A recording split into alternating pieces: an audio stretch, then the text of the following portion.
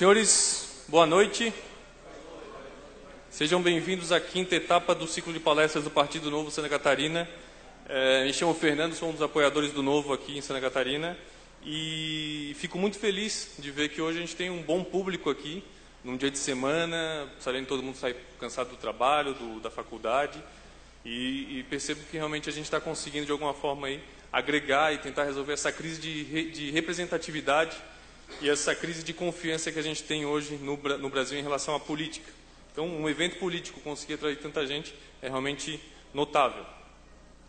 Pessoal, nessa etapa a gente tem o grande prazer de receber aqui em Santa Catarina, aqui na Assembleia Legislativa, o presidente do Partido Novo Nacional, João Dionísio Amoedo, veio especialmente do Rio de Janeiro, para palestrar um pouco e falar um pouco mais sobre o Partido Novo, como começou e quais são as perspectivas aí futuras do partido em esfera nacional. Vão estar circulando e passando essas filipetas para vocês e as canetas para vocês fazerem as perguntas anotarem as perguntas durante a palestra do João, e no final a gente faz uma seleção para tirar as perguntas duplicadas e faz as perguntas aqui para o João responder diretamente para vocês. As que não forem respondidas, depois a gente também encaminha para o João posteriormente poder dar um retorno.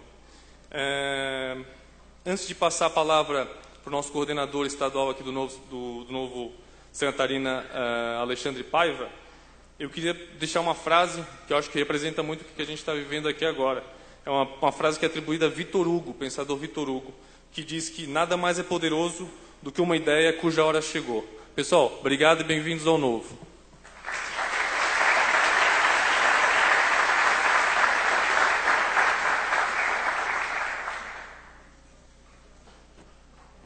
Boa noite. Muito bom ver que vocês tiveram a disposição de sair de suas casas hoje, vieram aqui para conhecer um pouquinho mais sobre o Partido Novo, sobre quais são os ideais do partido.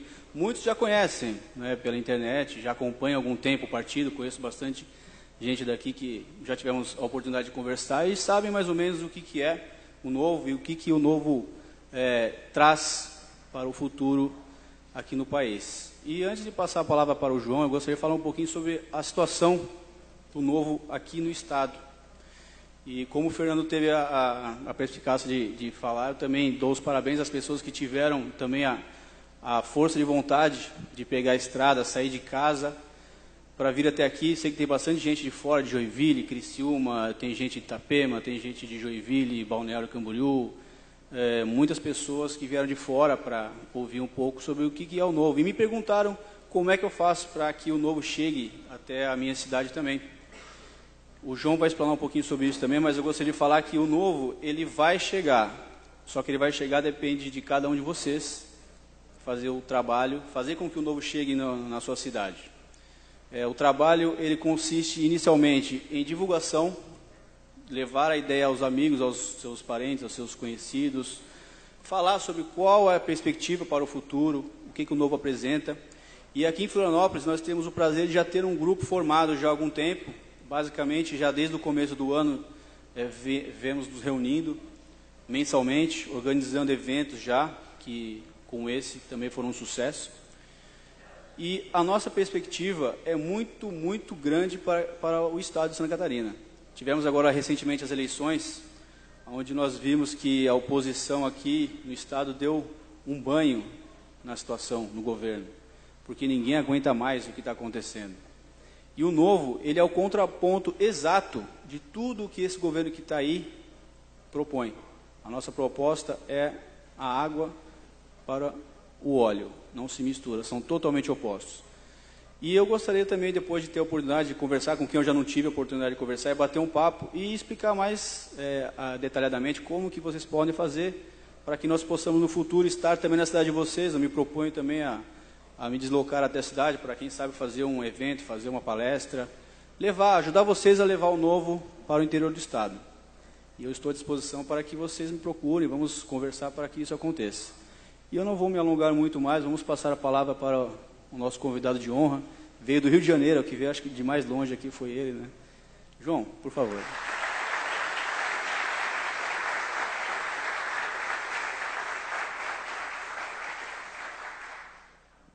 boa noite, um prazer estar aqui, agradecer ao Alexandre, ao Fernando, a todo mundo aqui de Santa Catarina, Florianópolis, que montou a palestra, e acho que vai ser muito agradável poder contar um pouco do Novo para vocês, conversar, tirar as dúvidas. Antes até de mais nada, eu queria pedir que quem está vindo para a primeira vez a uma palestra do Novo pudesse levantar o braço, só para ter uma ideia.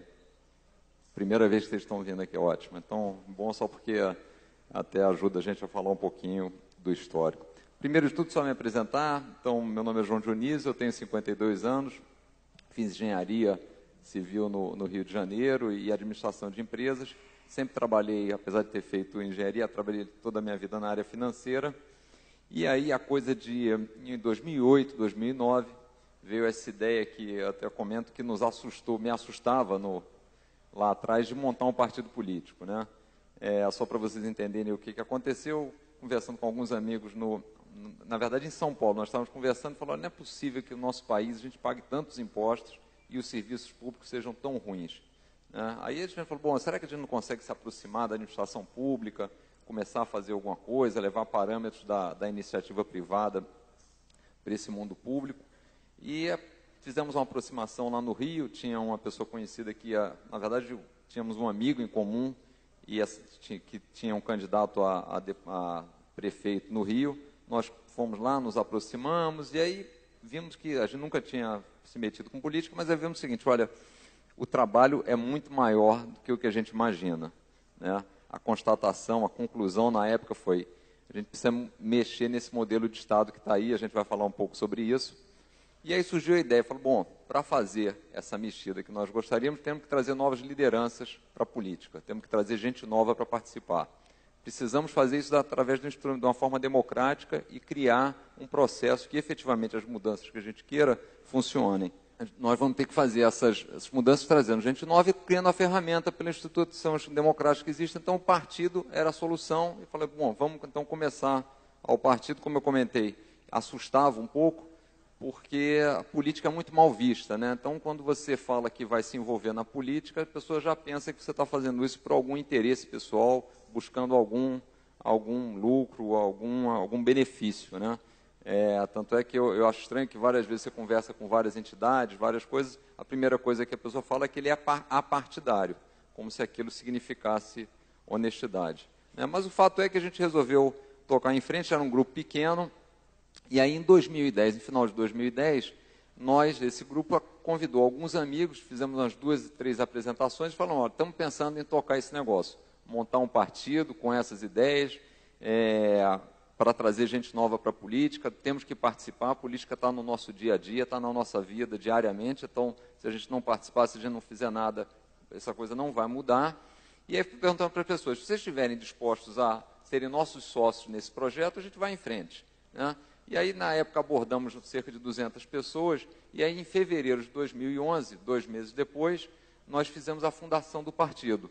O partido, então, contou com 181 fundadores de 35 profissões diferentes, sem nenhum político. Né? E aí, desde lá de trás, algumas coisas estavam muito claras para esse grupo e dentro do projeto do Novo. Né? Primeiro, a gente dizia o seguinte, o partido tem que ser estruturado e tem que ser baseado em ideias. Nós não queremos fazer o partido baseado numa única pessoa, num expoente, num salvador da pátria. A gente não acredita nisso, nós entendemos que o tempo de vida do partido é muito longo e a gente tem que aglutinar as pessoas em torno de ideias. Segunda coisa, nós temos que ter prioridades em todo esse processo. A gente está aprendendo, nenhum de nós tinha participado da política, quanto mais montado um partido, é um processo muito trabalhoso, custoso, difícil, quer dizer, os riscos são muito grandes no processo de própria distorção do Novo. Muita gente até nos pergunta como é que vocês vão garantir algumas coisas. A gente não pode garantir, porque isso depende da participação das pessoas. Mas então a segunda decisão nossa foi, a gente vai ter que escolher as prioridades e fazer isso com muita disciplina para que o projeto tenha sucesso. Né? E a terceira coisa que ficou claro também no início foi, e até havia esse questionamento, que era o seguinte, mas vocês quando chegarem lá vão ter que fazer isso, vão ter que fazer aquilo. E a nossa postura sempre foi muito tranquila, dizendo o seguinte, olha, nós estamos fazendo isso porque a gente quer trazer mudança, a gente quer melhorar o país. Se por acaso você, para fazer isso, tiver que fazer coisas que você não gostaria de fazer, nós simplesmente não vamos fazer. Quer dizer, o risco do projeto em si é nós não nos curvarmos a fazermos as coisas que nós não achamos certas. Né? Então, foi muito dentro desses princípios que nós demos a largada no Novo. E aí, como tudo na vida, você acha que vai ser sempre mais fácil, né? E o partido político acho que é muito mais difícil do que as coisas que a gente acha que são difíceis. O fato é que, para montar, você precisa coletar aquelas assinaturas, o pessoal aqui trabalhou muito para isso, e nós achamos que seria uma coisa mais ou menos fácil, né, de coletar Nós sabíamos que era um pouco difícil, mas não imaginávamos que fosse tão difícil, né? E o fato é que nós demoramos aí 3 anos e meio para coletar todas as assinaturas, para validá-las nos cartórios eleitorais, mas essa etapa foi vencida, né? No final de julho desse ano, então já tem aí mais de 3 meses, nós entramos no TSE com pedido de registro do partido, com todos os diretórios formados e com todas as assinaturas, todas as certidões necessárias para a formação do partido haviam sido obtidas, nós submetemos lá e estamos aguardando agora o deferimento do partido pelo TSE, né? Nós havíamos trabalhado com um prazo mais curto para ter esse registro, provavelmente o processo eleitoral atrapalhou a nossa agenda e tomou mais tempo lá do TSE, mas nós imaginamos que esse processo esteja muito próximo, porque não tem mais nenhuma possibilidade de impugnação de algum terceiro, e todos os trâmites legais, burocráticos, administrativos que precisam ser feitos, nós cumprimos, né? Então, o partido deve estar, nós imaginamos, saindo em breve, né? Ao mesmo tempo, junto com a montagem do partido, o que a gente quis procurar fazer também, que foi o trabalho nesses 3 anos e meio aí, foi divulgar as ideias do Novo, né? Divulgar o que a gente quer fazer, quais são os objetivos, quais são os valores do Novo. A gente vai falar um pouco sobre isso aqui mais na frente, mas principalmente foi uma forma da gente estar interagindo com as pessoas. E aí nós usamos muito as mídias sociais. Acho que eventualmente alguns de vocês tenham tomado conhecimento do Novo através das mídias sociais, do Facebook. O Novo até recentemente era o partido com o maior número de fãs no Facebook. Está agora atrás só do PT e do PSDB, que cresceram muito durante o processo eleitoral. Mas, de qualquer forma, para nós foi uma ferramenta muito importante, porque foi uma possibilidade de estar conversando com as pessoas, estar expondo as nossas ideias, estar entendendo quais são as demandas. Então, é um veículo que a gente vai continuar a usar. Então, como eu falei, são quase 700 mil. E também, paralelo a isso, nós recebemos aí mais de quase 25 mil cadastros de pessoas no site do Novo. Não são filiados ainda, porque o Novo só pode ter filiados depois que obtiver o registro. E temos interagido muito com as pessoas. A gente recebeu também, de novo, pelo site, cerca de 15 mil mensagens pelo Fale Conosco, que a gente está sempre conversando. Então, esse foi, vamos dizer, o início do Novo. A primeira etapa está quase vencida, vamos dizer quase, mas prefiro esperar sair o registro lá no TSE, mas agora vai começar outro desafio grande, né? Agora que, vamos dizer, a gente vai poder entrar em campo e, como a gente vai ver aqui, tem muita coisa para fazer, né? Antes de falar, então, um pouquinho das ideias, da nossa estratégia, o que são os próximos passos, eu queria ir no gancho que o Alexandre tinha deixado aqui, que é um pouco de falar como é que a gente está hoje, né? Acho importante, antes da gente falar do que fazer, entender o problema, qual o quadro que nós temos hoje, né? Acabamos de passar por um processo eleitoral aí, com prós e contras, acho que muita gente frustrada com o resultado, mas, por outro lado, teve coisas positivas no desenrolar disso, né? Então, só para a gente começar, muito rapidamente aqui, não vou me alongar em todas as coisas, mas só para a gente ter uma visão geral, acredito que não tenha muita novidade do cenário que eu vou falar aqui, mas só para a gente ter ele bem claro para caminhar nas próximas etapas aqui. Bom, basicamente eu queria falar desses pontos quanto ao cenário. Crescimento, inflação, as contas públicas, né, que não estão fechando, e aí vamos falar do quadro político, e daí a gente continua com o projeto do Novo, né? Então, o crescimento, nós sabemos que é um problema. O Brasil não consegue crescer, né?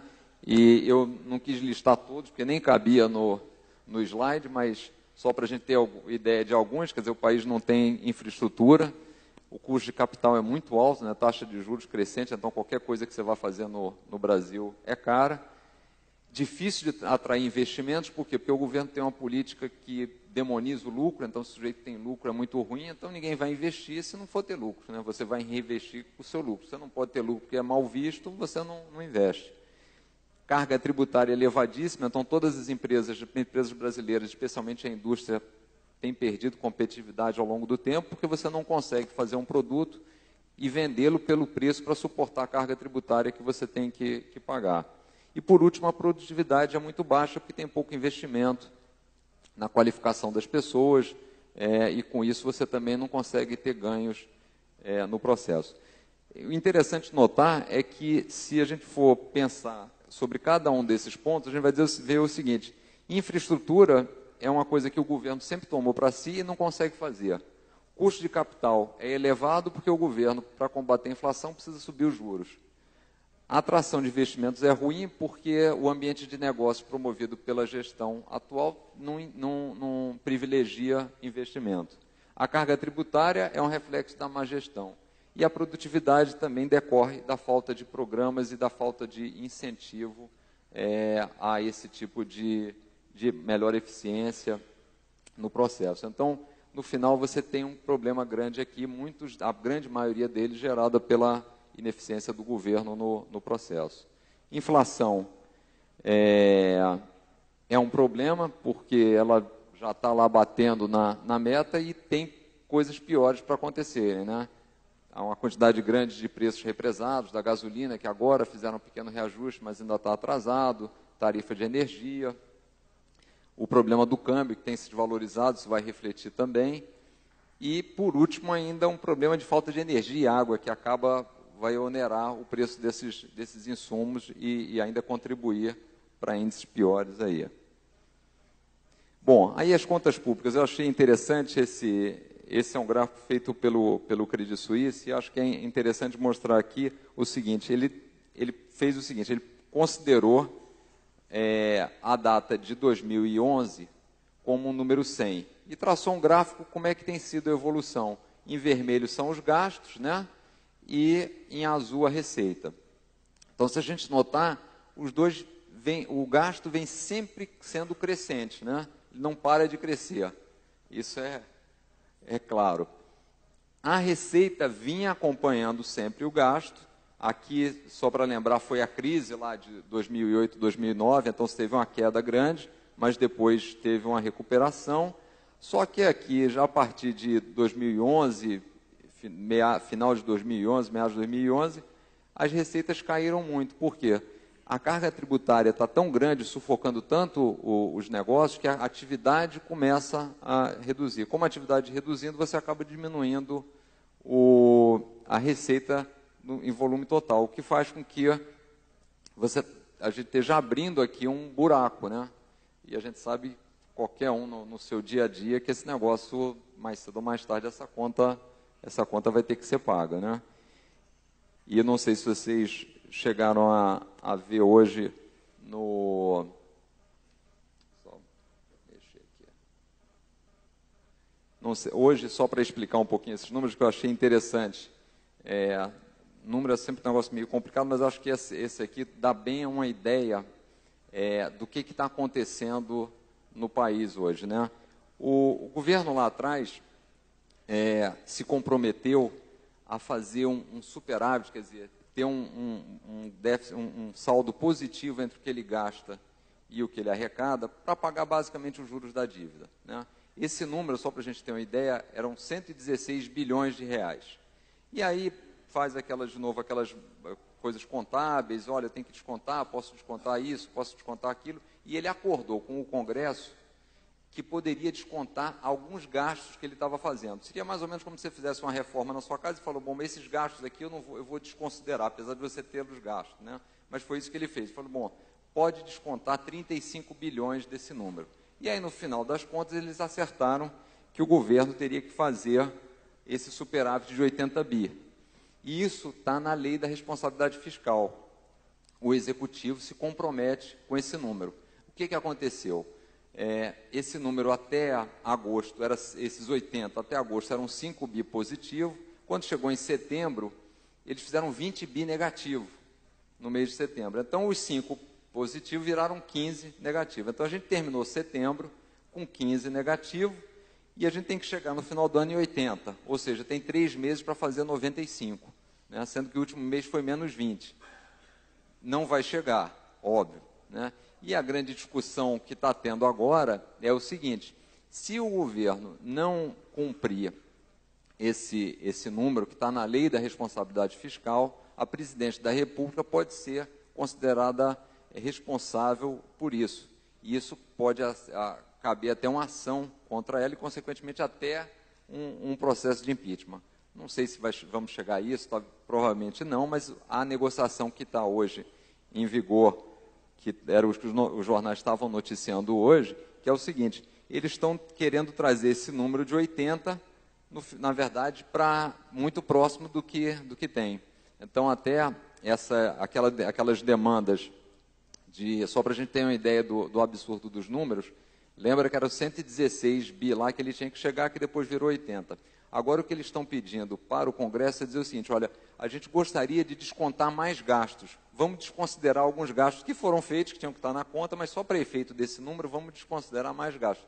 E aí pedem para não ter limite de gasto e desconsiderar todas as desonerações fiscais que o governo fez. Esse número somado dá 130 bilhões. Então, ele tinha que fazer 116, ele quer tirar 130 dos 116. Vai ficar 24 bi negativo, né? Então, é esse o número que ele quer se comprometer, ao invés de ter um superávit, a ter um déficit só de 24 bi. Vamos ver como é que vai ser essa discussão no Congresso, mas esse é o tipo de coisa. Os números acho que ilustram bem como é que o negócio está diferente do que a gente gostaria, como é que está distante o cenário, né? E, por último, indo para a política, né? Aí, na política, eu dividi um pouco aqui para a gente falar sobre cada agente especificamente, né? O governo, essa é uma avaliação que nós tínhamos já, uma avaliação já até anterior às eleições, e, infelizmente, dado o cenário, o resultado das eleições, vai ser o mesmo quadro que nós teremos por mais 4 anos, né? Que é basicamente o seguinte: é um governo, como a gente já falou, que despreza as regras econômicas básicas, né? De formação de preço, de uma série de coisas, e por isso a economia fica tão tumultuada, anda tão mal. Aparelha o Estado com interesses partidários, isso ficou muito claro, quer dizer, a determinação de ficar no poder a qualquer custo, e o aparelhamento da máquina do Estado fica muito presente. Não reconhece os erros, o que é uma pena, porque se você não reconhece os erros, dificilmente você vai chegar nas soluções, né? E por último, quer dizer, trata os brasileiros, eu pus aqui com um pouco de descaso, porque é realmente isso, quer dizer, as notícias, os malabarismos fiscais, a forma como as coisas são colocadas, muita coisa para debaixo do tapete, e acho que foi um pouco disso, essa polarização tão grande que aconteceu nas eleições, quer dizer, as pessoas muito incomodadas, provavelmente, com essa postura aqui, né? Então, esse é o governo que a gente tem, como eu falei, irá perdurar aí por mais 4 anos. E aí vem um segundo problema, que é o Estado, né? E aí eu acho que é onde o Novo quer atuar, e a gente vai conversar mais sobre isso, né? Qual é a nossa leitura do Estado? O Estado tem sido um péssimo gestor. Então, inclusive, foi a origem da nossa vontade de montar o Novo, quer dizer, essa constatação que o Estado vai tendo cada vez mais recursos e cada vez entregando menos, né, com pior qualidade. Justamente por ser um péssimo gestor e por ter que gastar, ele acaba também sendo um arrecadador insaciável de impostos. Quer dizer, sempre há uma busca, uma procura para arrecadar mais impostos. E não satisfeito em não fazer bem essas duas coisas, ele ainda é intervencionista, então influencia muito, se acha no direito de influenciar na liberdade das pessoas com coisas muito básicas, né? Então, detalhes desde a determinação do carro de bebê que você tem que pôr atrás do seu carro, até a proibição da propaganda de venda de brinquedos, de armas de brinquedo, quer dizer, coisas que deveriam ser da autonomia de cada um, e é uma postura também muito paternalista que vai nessa mesma direção, né? Então, esse é um modelo que, no nosso entender, precisa ser alterado. O Congresso, onde as coisas deveriam começar a acontecer, tem um problema. Isso aqui, quer dizer, nós temos hoje 28 partidos com representatividade no Congresso. Temos 32 existentes, né? O Novo está pleiteando aí seu 33º, e aí isso chama muita atenção, quer dizer, não é normal ter tanto partido, né? Por que tem tanto partido? Acho que essa é uma pergunta que eu acho que é interessante a gente fazer, e infelizmente o que a gente tem visto de medidas do próprio Congresso ou do governo para mudar esse quadro, é novamente aquela sensação que você tem um problema, em vez de você buscar qual que é a origem do problema e entender qual que é a realidade para que aquela situação tenha chegado daquela forma, você busca uma lei, né? Então, no Congresso hoje tem 28 partidos, basicamente, no meu entender, porque você não tem nenhum deles que tenha, ou a maioria, não diria nenhum, mas a grande maioria, não tem uma ideologia muito clara. Não tendo ideologia muito clara, é natural que você tenha várias opções, e o que acontece normalmente no processo eleitoral, pelo menos comigo, eu imagino com a grande maioria de vocês, é o seguinte: você acaba indo votar num candidato, você não está muito preocupado de que partido ele é. Óbvio que você pode ter restrição a alguns partidos, mas você está sempre pensando na pessoa que você está votando, né? E não no partido, porque dificilmente aquele partido está significando uma ideologia, um propósito, alguns valores muito claros. Então, acaba acontecendo que você tem uma dispersão muito grande, porque as pessoas não estão votando nos partidos. Quer dizer, quase que no limite, a gente qualquer dia desses vai chegar a 513 partidos, porque o que vale são os candidatos e não necessariamente os partidos. Entendido isso, o que o governo faz? Não, vamos estabelecer uma cláusula de barreira, que não muda nada a legitimidade dos partidos, porque a legitimidade vai ser dada pelas ideias que eles apresentam, pelos seus eleitores, e a cláusula de barreira, no fundo, só vai concentrar poder. A gente vai continuar com o mesmo problema de legitimidade, mas você vai concentrar poder num grupo menor de partidos. Mas essa é a realidade que, de novo, vai ser o que vai existir aí pelos próximos 4 anos, né? E aí, eu acho que uma das grandes perguntas que existem hoje é como é que vai ser a oposição ao governo atual, né? Acho que ficou claro, especialmente no final do processo eleitoral, que na campanha presidencial a oposição ficou mais clara, principalmente nos debates, né? Teve um tom mais forte, mas sempre houve, ao longo do tempo, um questionamento. Bom, mas o PSDB é mesmo um partido de oposição? Por que essa oposição não aparece, não está tão, não se expressa tanto, não está tão presente no dia a dia dos debates, né? E aí, a sensação que nós temos, a leitura nossa, é que, eu até coloquei essas duas palavras, quer dizer, concorrente e oposição. Nosso entendimento é que, na verdade, você tem hoje muito mais partidos concorrentes do que partidos opositores. Por que essa ideia?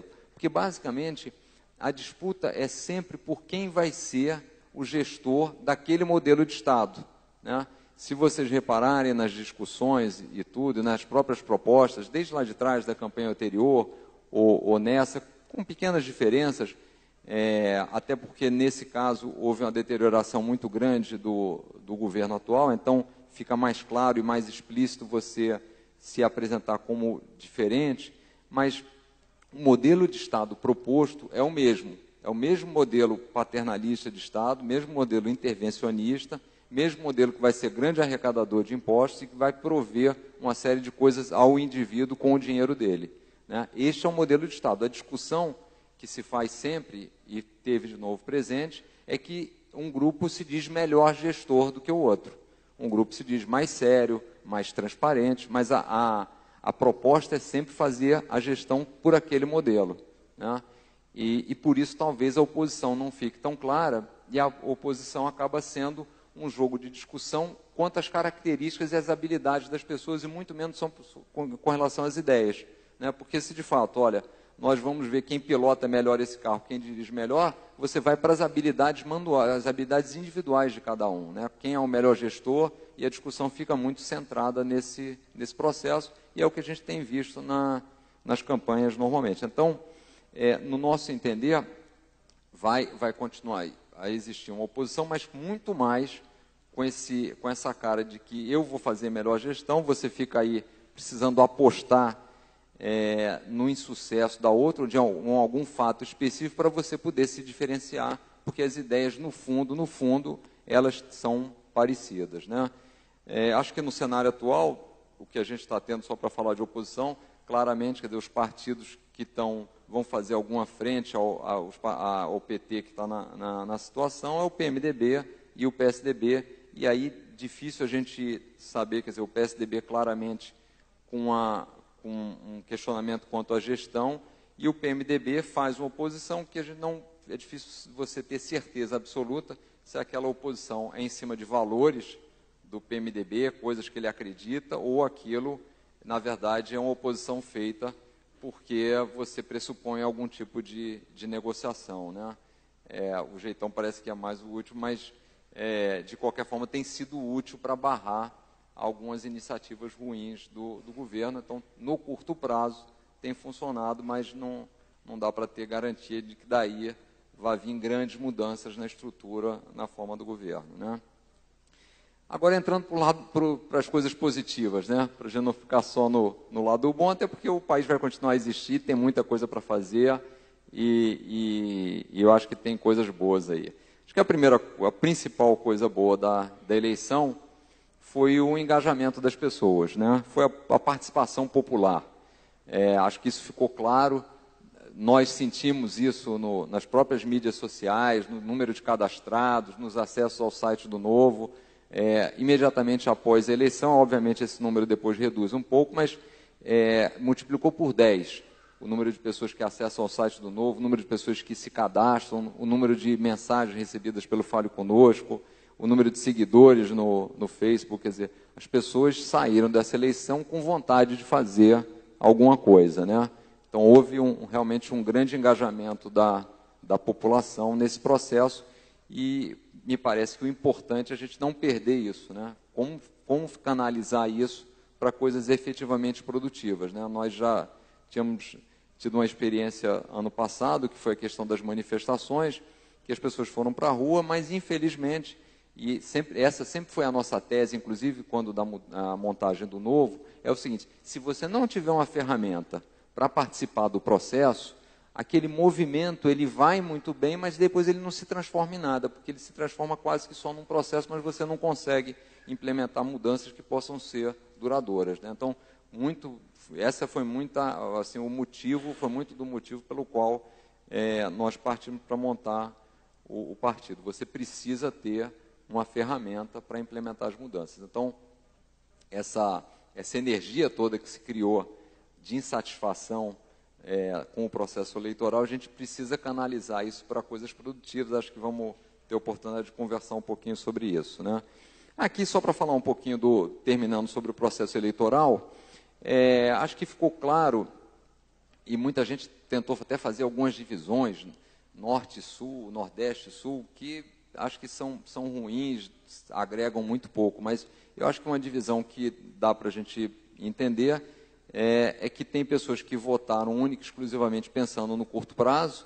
As coisas estão funcionando bem para mim, eu estou recebendo isso, está bom, e a vida está um pouco melhor, e outras que pensaram no longo prazo. Acho que ficou bem dividido isso. Algumas pessoas disseram, olha, pode até não estar tão ruim, mas olhando a forma como as coisas estão acontecendo, esse cenário tende a se deteriorar, né? Acho que essa que é a visão distinta. E só a questão dos ausentes, ainda foi muita gente, se eu não me engano, foram 26% das pessoas não compareceram ou votaram nulo. É um universo de 37 milhões de pessoas, quer dizer, é muita gente. Se a gente pudesse ter engajado um pouco mais de pessoas no processo, o resultado provavelmente teria sido diferente, né? Então, ainda tem um trabalho muito grande, que é fazer as pessoas efetivamente se envolverem na política. E como a gente já viu, infelizmente, a política no Brasil está influenciando muito no nosso dia a dia, muito na nossa vida. Não era para isso acontecer tanto, mas hoje isso é uma realidade pelo próprio tamanho do Estado. Então não sobra muita outra coisa do que senão a gente arregaçar a manga e dizer, olha, vou participar nisso, porque senão isso vai influenciar no meu dia a dia, né? Indo agora para o Novo, então, para a gente falar um pouquinho aí dos valores do Novo e da estratégia. O Novo nada mais quer dizer, e nasceu como uma ideia, né? A gente disse, olha, precisamos fazer alguma coisa, trazer as pessoas para participar. Quais eram as duas coisas que a gente sempre falava lá em 2010, quando começou esse processo do Novo? Nós tínhamos dois objetivos com o Novo, naquele momento. Trazer as pessoas para participarem do processo, quer dizer, a origem, o nascedouro do Novo, foram com essas ideias na cabeça. Fazer as pessoas participarem da política, se envolverem no processo e melhorar a gestão pública. Era isso que a gente queria, né? E aí, na época, falou, bom, mas se for fazer isso para uma ONG, instituição de caridade, fazer algum movimento para melhorar a vida das pessoas, isso não vai dar resultado. A gente tem que fazer isso na máquina pública, trazendo novas lideranças para participar do projeto. Então, precisamos ter a ferramenta. Muita gente diz, bom, mas por que vocês não foram pegar um partido que já existia, se associar a algum? Porque, basicamente, quando nós olhamos para o lado, aí foram dois raciocínios, né? O primeiro era o seguinte, não tem nenhum partido que defenda exatamente as mesmas ideias que o Novo, que fale nessa questão de reduzir o poder de quem está com o poder. É uma coisa até difícil, não é natural, então não tinha nenhum partido que identificasse essa bandeira de redução do Estado para que ele possa ser mais eficiente nas áreas onde ele deveria estar trabalhando. E a segunda coisa foi também o seguinte, olha, nós acreditamos que se nós começarmos um projeto do zero, onde não há ainda políticos profissionais, onde não há lideranças já estabelecidas, as pessoas vão estar mais propensas a participar desse processo, né? Então foi dentro desses dois raciocínios, dentro dessa lógica, que nós decidimos que começar um partido do zero, apesar de todo o trabalho, era o mais indicado para um projeto de longo prazo mesmo. Então, a ideia era o Novo e a ferramenta é o partido, né? Aqui o número 30 é porque nós pedimos o número 30 para o TSE, era um número que estava disponível, era o número redondo mais baixo que tinha lá, então nós achamos que era o mais adequado, e a princípio, então, saindo o registro, esse vai ser o número do partido. Eu espero que durante muito tempo a gente vote nesse número.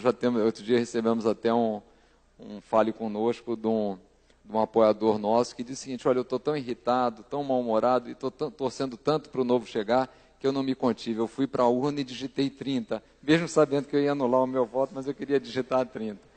Então, espero que os próximos 30 sejam válidos, não sejam mais nulos, né? Bom, e o que é o objetivo do Novo, né? O que é assim, o que a gente gostaria de fazer, né?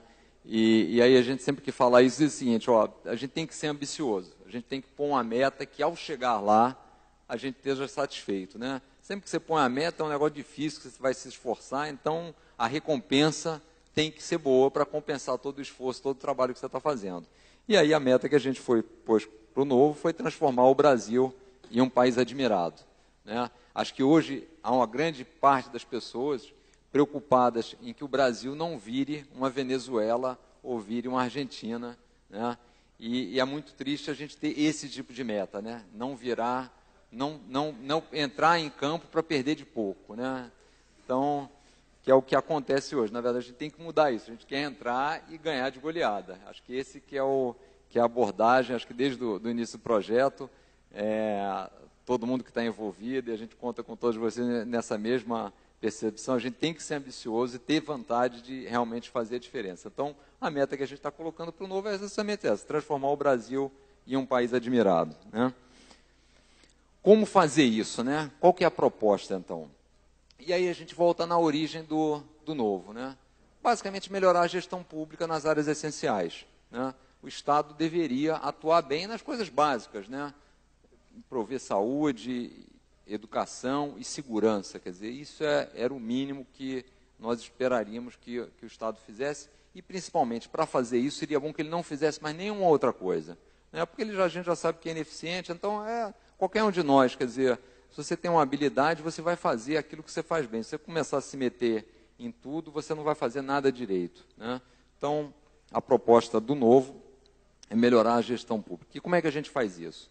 Devolvendo poder e autonomia ao cidadão, né? E reduzindo as áreas de atuação do Estado. Qual é o entendimento aqui? O entendimento é, o indivíduo é o melhor gestor da vida dele. Ele que sabe o que deve fazer com o recurso dele, ele que sabe quais são as prioridades dele. Para mim fica claro o caso da corrupção, né? Se qualquer um de nós pega um recurso o seu e sai para comprar algum serviço, sai para adquirir algum produto, você nunca vai ter corrupção, porque ninguém vai corromper você com o seu dinheiro. Agora, na medida que você dá o dinheiro para alguém você já começou a ter um pequeno risco de corrupção. Se for uma pessoa conhecida e você diz que você quer que ele compre, o risco não é tão grande, pequeno. Se for alguém que você já não conhece muito, já começa a ser maior. Eu imagino como você dá o dinheiro para pessoas que você não conhece e você não diz nem o que você quer que elas façam. Esse é o cenário que a gente tem no governo. Não é à toa, obviamente, que o nível de corrupção na máquina pública acaba sendo elevado e ele vai ser sempre proporcional à quantidade de recursos que tem lá. Quer dizer, quanto mais recursos, mais elevado é o nível de corrupção.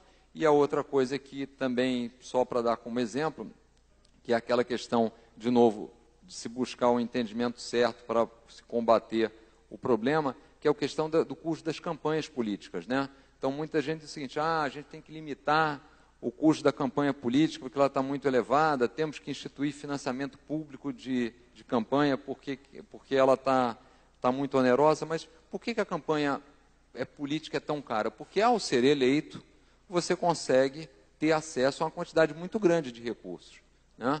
Se você, ao ser eleito, tivesse acesso a uma quantidade menor de recursos, obviamente, o nível de gastos para chegar naquele lugar seria menor, né? Então, é dentro dessa lógica. E até só fazendo uma ressalva, para deixar isso claro, quer dizer, não quer dizer que todo mundo que está se candidatando tem a intenção de, ao chegar lá, fazer coisas que não deveria fazer. Mas o fato de você ter pelo menos um que pense assim, faz com que ele esteja disposto a gastar muito. E então, se você quer competir com aquele, mesmo que por boas intenções, você é obrigado a gastar aquele mesmo volume de recursos para ter alguma chance, ou pelo menos um volume parecido, né? Então, a proposta do Novo é essa, quer dizer, reduzir o poder e a autonomia do cidadão e as áreas de atuação do Estado. É nessa linha, por exemplo, que nós somos favoráveis à desestatização de todas as empresas. Quer dizer, o Estado não é e não deveria ser gestor de empresas. Isso é uma iniciativa, isso é uma tarefa para a iniciativa privada e não para o Estado, né? Aí, só para ilustrar, eu tenho algumas frases que eu achei interessantes. E essa foi esse escritor português lá, saiu numa entrevista que ele fez, que eu acho que ilustra bem um pouco da nossa realidade, né? Ele disse basicamente isso aí, que as pessoas não têm dúvida que os políticos e partidos são ineficientes, mas ao mesmo tempo querem lhes dar mais poder para influenciar a vida de todos, né? Que é o que a gente sempre ouve nas campanhas políticas aí, eu vou fazer isso, eu vou fazer aquilo, eu vou construir isso, eu vou construir aquilo. E basta que vocês paguem mais impostos que eu faço isso aí, sendo que a parte dos impostos não fica tão explícita, né? Bom, no que o Novo acredita? Só para... E aí são os valores, né? Esse eu queria passar e até dar alguns exemplos, e depois no perguntas e respostas, se eu tiver alguma dúvida, a gente pode voltar a eles, porque eu considero eles muito importantes, porque basicamente são esses valores, esses princípios que vão nortear as decisões e os posicionamentos que o partido vai vir a tomar. Quer dizer, eles vamos dizer assim, vão ser a base das propostas que o Novo vai vir a fazer. Quer dizer, na crença e no entendimento desses princípios que nós vamos atuar, né? O primeiro deles é que o indivíduo é o único criador de riquezas, e não o Estado, né? No fundo é o seguinte, a conta sempre vem para o nosso bolso e o indivíduo e não o Estado é que é capaz de criar riquezas, né? De novo, pegando só uma frase também como exemplo, dito já lá atrás, né? Não existe dinheiro público, né? O Estado não produz nada. Muitas vezes eu acho engraçado que em algum noticiário ou algum gestor público fala, não, esse dinheiro vai vir do Tesouro, né? Ou esse dinheiro o governo vai pagar. Mas, afinal de contas, de onde vem o dinheiro do Tesouro, né? O dinheiro do Tesouro vem dos nossos impostos. Quer dizer, é o indivíduo com o trabalho que cria riqueza. O Estado, na verdade, só intermedia, recebe esses recursos de um lado e gasta do outro, mas ele não cria nada.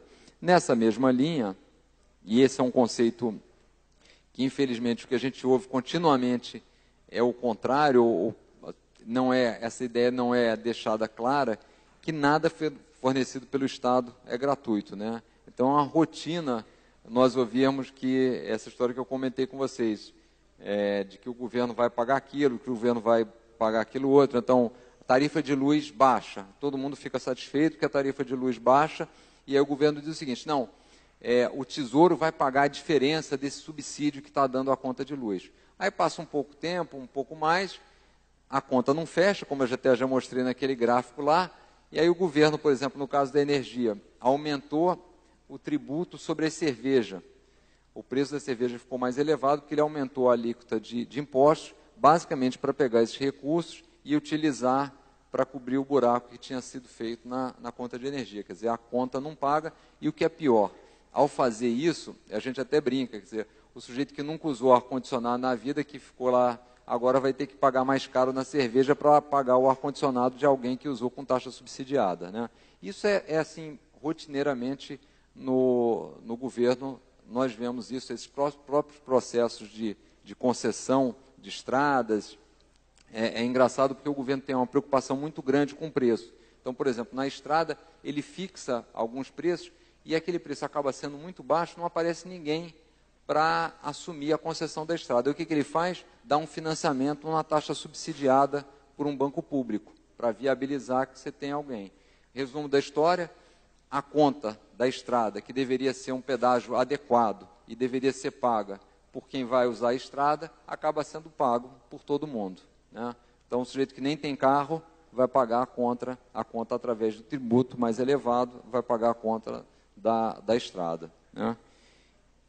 Esse conceito é engraçado e aí é um economista francês do século XIX e no Brasil acho que a gente tem muito isso, né?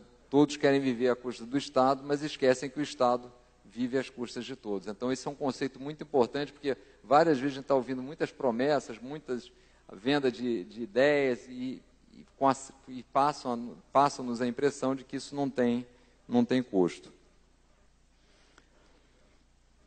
Outro ponto importante, o indivíduo é melhor atendido quando as trocas são realizadas de forma voluntária no livre mercado.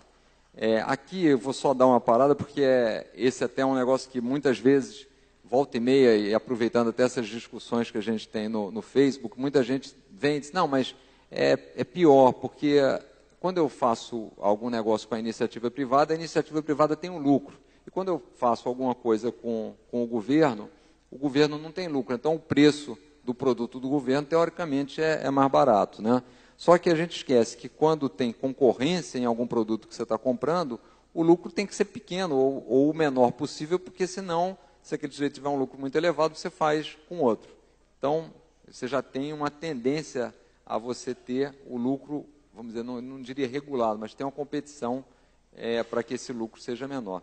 E no governo, a ineficiência é tão grande, como a gente já viu, que o custo da ineficiência normalmente é mais alto do que o lucro da iniciativa privada. Então, normalmente, as trocas entre as pessoas num livre mercado e não com o governo, elas são mais efetivas. Até ontem, a gente estava fazendo uma conversa aí numa entrevista e a pessoa pediu para dar um exemplo.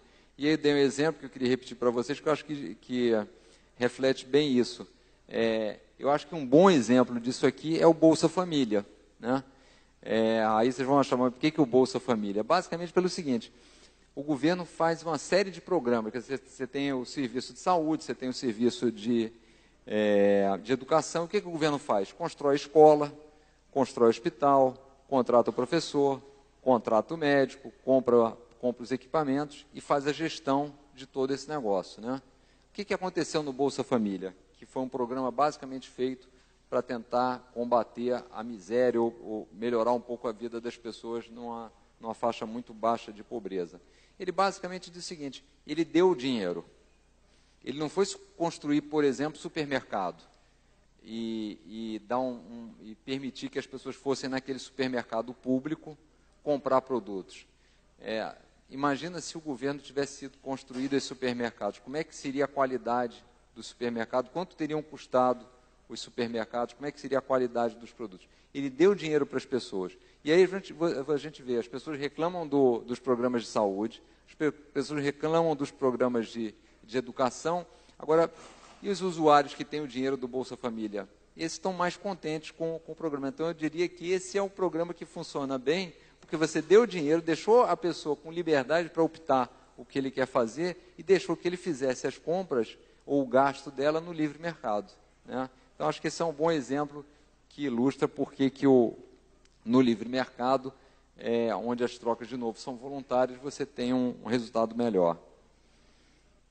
E é só para pegar também outra citação, aqui no caso de Barão de Mauá, que, infelizmente, é uma realidade bem diferente do que a gente vive hoje, né? Acho que hoje está muito perto do contrário, né? Tem um governo que atrapalha quem produz, quem investe, quem poupa, quem trabalha e quem consome.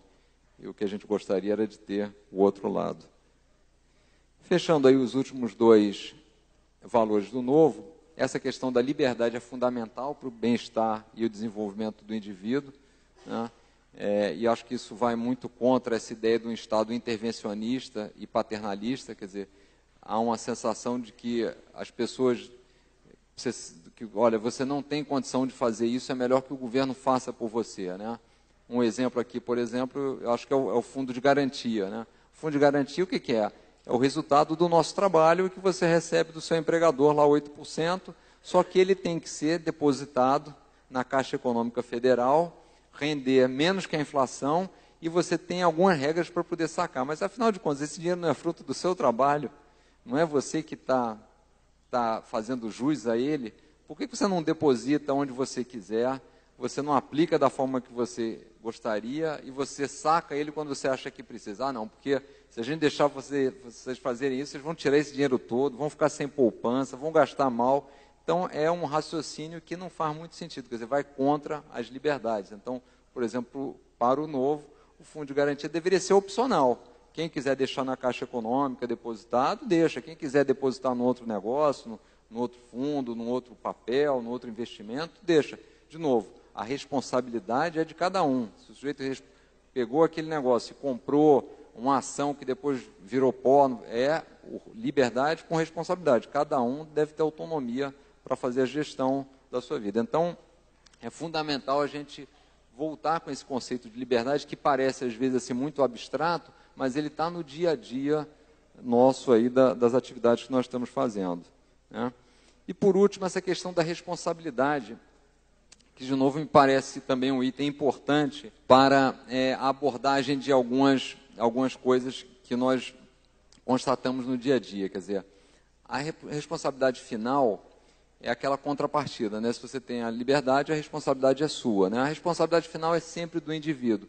E há, às vezes, uma tendência de nós imputarmos essa responsabilidade ou considerarmos ela referente a alguma coisa ou algum sistema, né? Então, o acidente é causado por causa do álcool. O assassinato é causado por causa da arma, né? Então, a gente proíbe a arma, porque a corrupção existe por causa do sistema eleitoral. Então, vamos mudar o sistema eleitoral. Quando, na verdade, não é o sistema eleitoral, não é a arma, não é o álcool, são as pessoas. É o sujeito que bebe, é o outro que atira e é o outro que corrompe, né? E, ao não identificar claramente qual é a origem do problema, a gente corre o risco de vir com soluções inadequadas, né? Acho que esse que é o principal alerta, né? Bom, dito tudo isso, eu resumiria aqui qual é que é a sociedade que nós gostaríamos de ter, qual é a sociedade que a gente quer trabalhar, né? O que ela deve valorizar, o que é importante nesse processo. E aí eu escolhi 3 tópicos que me parece que são assim, não sei se são exatamente os mais importantes, mas certamente estão entre os principais, né? Primeiro, essa questão da busca da liberdade e não da igualdade, né? Isso é um discurso que a gente sempre ouve. Não, nós temos que combater a desigualdade. Mas, afinal de contas, o problema é a pobreza ou é a desigualdade? A gente deveria combater a pobreza e não a desigualdade. As pessoas são diferentes, as pessoas têm ambições diferentes, têm aptidões diferentes, inclusive é o fato delas terem aptidões diferentes que faz com que a gente possa ter boas negociações entre as pessoas, né? Imagina se todo mundo fosse ótimo pintor e não tivesse nenhum que fosse bom marceneiro, quer dizer... Então, o fato das habilidades de cada um ter características, isso é saudável para a sociedade. O problema que a gente quer combater é a pobreza, mas não a desigualdade, né? E ao querer tornar todos iguais, pessoas diferentes, você acaba restringindo a liberdade, né? Então, a proposta, o que a gente fala é o seguinte: nós temos que buscar uma sociedade que tenha como objetivo a liberdade, né? É através da liberdade que as pessoas vão poder negociar entre elas, vão poder crescer, vão poder ter seus recursos e fazer isso da forma mais tranquila possível, sem criar tantos conflitos, né? Então, isso é um valor que nós julgamos muito importante. A segunda é a questão de como é que o que você dá valor numa sociedade, como é que você torna uma sociedade próspera, né? E aí também é uma coisa que às vezes nos incomoda, quando o foco principal, o incentivo é a vitimização e não ao sucesso, né? Então, se a pessoa tem sucesso em algum empreendimento, em alguma coisa que ela fez, ela não é bem vista. É bem vista a pessoa que está numa situação de vítima, de coitadinho. A gente até comenta isso, eu até tenho dito que, às vezes, até é aceitável isso como uma distorção do nosso modelo de Estado, né? O que acontece? O Estado é tão grande, interfere tanto na vida das pessoas e usa esse poder, muitas vezes, para selecionar quem vão ser os campeões, que muitas das pessoas têm sucesso porque tem um nível de relacionamento tal com o Estado, quer dizer, que muitas vezes vira um balcão de negócio, que fez com que ela tenha sucesso por aquela proximidade do Estado. Então, é natural que, nesses casos, o sucesso seja mal visto. Mas isso deveria ser a exceção, né? E não a regra. Então, a gente não deveria repudiar o sucesso por conta dessa situação. Então, é muito importante para a gente, se nós queremos ter uma sociedade próspera, que evolua e tudo, que ela, na verdade, incentive o sucesso. E, por último, essa diferenciação entre direitos e privilégios, né? As pessoas devem ser tratadas da mesma forma. Elas são diferentes, mas o tratamento do Estado a elas deve ser o mesmo, né? Não interessa se a pessoa, por uma questão de sexo, por uma questão de preferência sexual, por uma questão de cor, de raça, tenha que ter um tratamento diferente. Ele é um indivíduo como outro qualquer, né? Do ponto de vista do Estado. Então, o que ele deve ter é direitos e não privilégios, né? Ao criar tantos privilégios, você acaba incentivando as pessoas a se agruparem em minorias e demandarem privilégios, né? O que não é ruim, o que não é saudável, e contribui, eu diria, para um clima de animosidade na sociedade como um todo, né? Eu acho que muito disso que a gente tem assistido, eu acho que é decorrente desse processo, né? Bom, e aí, quais são as prioridades do novo, né? Dito tudo isso, quer dizer, então nós temos a ferramenta praticamente pronta, os posicionamentos são decorrentes desses valores que nós comentamos aqui, e quais vão ser as prioridades, né, do processo? O que a gente precisa, qual é a sequência que nós estamos pensando aí? O que é necessário para o novo funcionar e a estratégia dele? A primeira coisa fundamental nós temos as pessoas, que a gente está chamando aqui de sócios, né? Muita gente fala, o que o novo vai fazer, por que o novo não faz isso? Eu sempre digo, olha, não pergunta o que o novo vai fazer, pergunta o que nós vamos fazer. Porque o novo, na verdade, foi um grupo pequeno de pessoas que começou e está crescendo, né? A prova disso é esse nosso encontro de hoje aqui. A gente tem feito outros aí pelo Brasil também e tem crescido a vontade das pessoas de participarem, se engajarem, né? Assim, o convite a todos é que as pessoas sejam sócias, né? Esse processo mesmo nosso de criação dos diretórios, de núcleos, eu não conheci o Alexandre, não conheci o Elison, que é a pessoa que cuida lá de Goiás, não conheci o Cláudio Almeida, que é o que cuida lá de Brasília. Quer dizer, várias das pessoas que estão à frente do Novo vieram para o Novo porque gostaram das ideias. Não é que nós montamos o Novo com um grupo já de pessoas, de amigos que estavam lá e se conheciam e saíram montando. Na verdade, foram pessoas que identificaram a ideia, gostaram muito do projeto e vieram e puseram a mão na massa. É assim que as lideranças do Novo têm sido, basicamente, eu diria que reflexo dessas duas coisas, quer dizer, pessoas que compartilham dos nossos valores e que põem a mão na massa, né? Acho que o Alexandre, quando começou a coletar a ficha, ia sozinho aqui para o parque, e aí você começa, e vão mais um, mais dois. Então, esse é o processo que a gente quer fazer com o Novo. Não dá para ser diferente, né? Não é um processo fácil, porque no mundo político a gente tem que estar atento para trazer as pessoas que tenham as mesmas ideias, os mesmos valores. A gente sempre tem dito isso, que o objetivo do Novo, ao chegar no poder, é diminuir o poder de quem está lá. Então é muito importante que as pessoas que estão se juntando ao Novo tenham como ambição não ter poder, mas a ambição deve ser o seguinte: eu estou nesse negócio porque eu quero mudar o país, né? Para que não tenha uma frustração lá na frente, a gente não esteja lá depois, quando tiver cargos eletivos, fazendo aquilo que a gente hoje critica que os outros fazem, né? Então, acho que esse é um bom exercício que a gente está fazendo no dia a dia, na própria montagem do partido, quer dizer, ter de fato as ideias como sendo a âncora do processo, e não as pessoas. As pessoas são importantes, a gente precisa ter lideranças, elas vão refletir as nossas ideias, mas o ponto principal tem que ser os conceitos, né? Então, a primeira coisa, a gente precisa ter sócios. Segunda é a mudança cultural. Por quê? Esse é um tópico que a gente sempre tem batido nessa tecla, porque muita gente, e agora nesse processo, quando sai o registro, provavelmente a primeira pergunta, e muitas pessoas já têm nos feito, é: quem vão ser os candidatos, né? E aí o nosso raciocínio foi o seguinte: bom, os candidatos do Novo têm que refletir as ideias, né?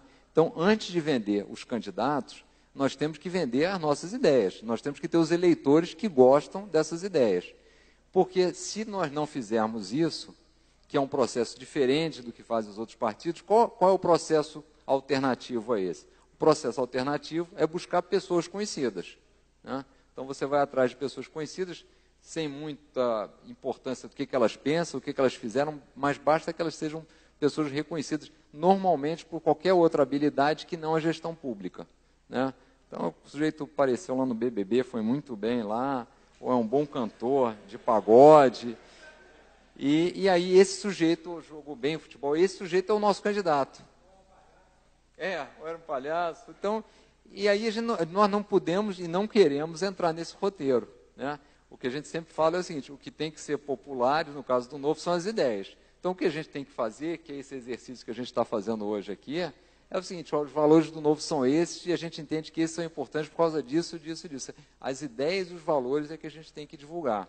Na medida em que a gente tem aceitação para essas ideias, pelos valores, o candidato vai ser uma coisa automática, porque as pessoas vão estar votando naquelas ideias e na pessoa que está representando aquelas ideias, né? É esse o caminho que nós gostaríamos e pretendemos seguir. Pode demorar um pouco mais, um pouco menos, difícil saber.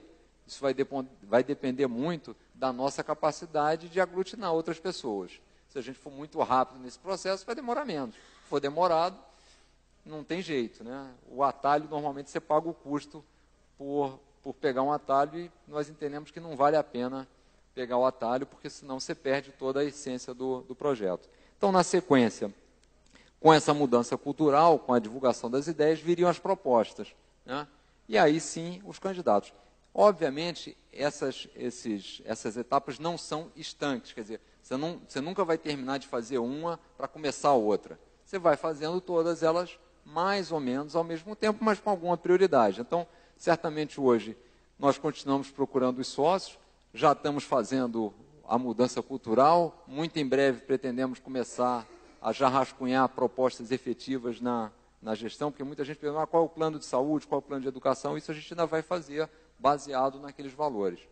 E os candidatos vão vir junto desse processo, até para nos ajudarem nas propostas, para divulgarem a cultura. Então, é um pouco, as coisas aqui vão caminhar um pouco juntas, mas precisa ter essa sequência, né? E no nosso dia a dia, né? Acho que o Alexandre até falou, o Fernando também um pouco sobre isso. O que a gente precisa fazer para esse negócio funcionar? Quer dizer, saindo daqui, o que dá para quem gostou das ideias e quer se envolver mais, o que dá para fazer, né?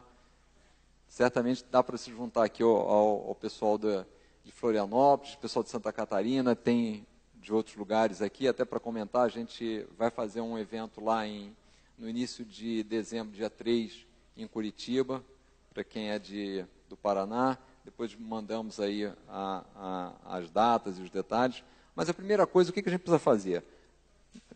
Nós precisamos trazer as pessoas do nosso relacionamento, do dia a dia, que a gente lida, a participarem da política, a alertá-las. Olha, a política está no seu dia a dia.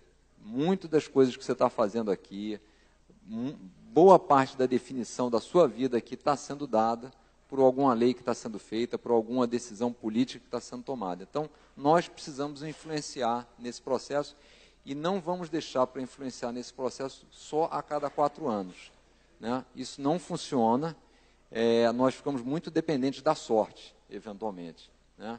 E ao não participar também de forma contínua, só em eventos específicos, nós já sabemos que as opções são reduzidas. Né? Quantas vezes nós já não fomos para a urna para votar no menos pior, para fazer um voto, vamos dizer, de veto e não de escolha. Né?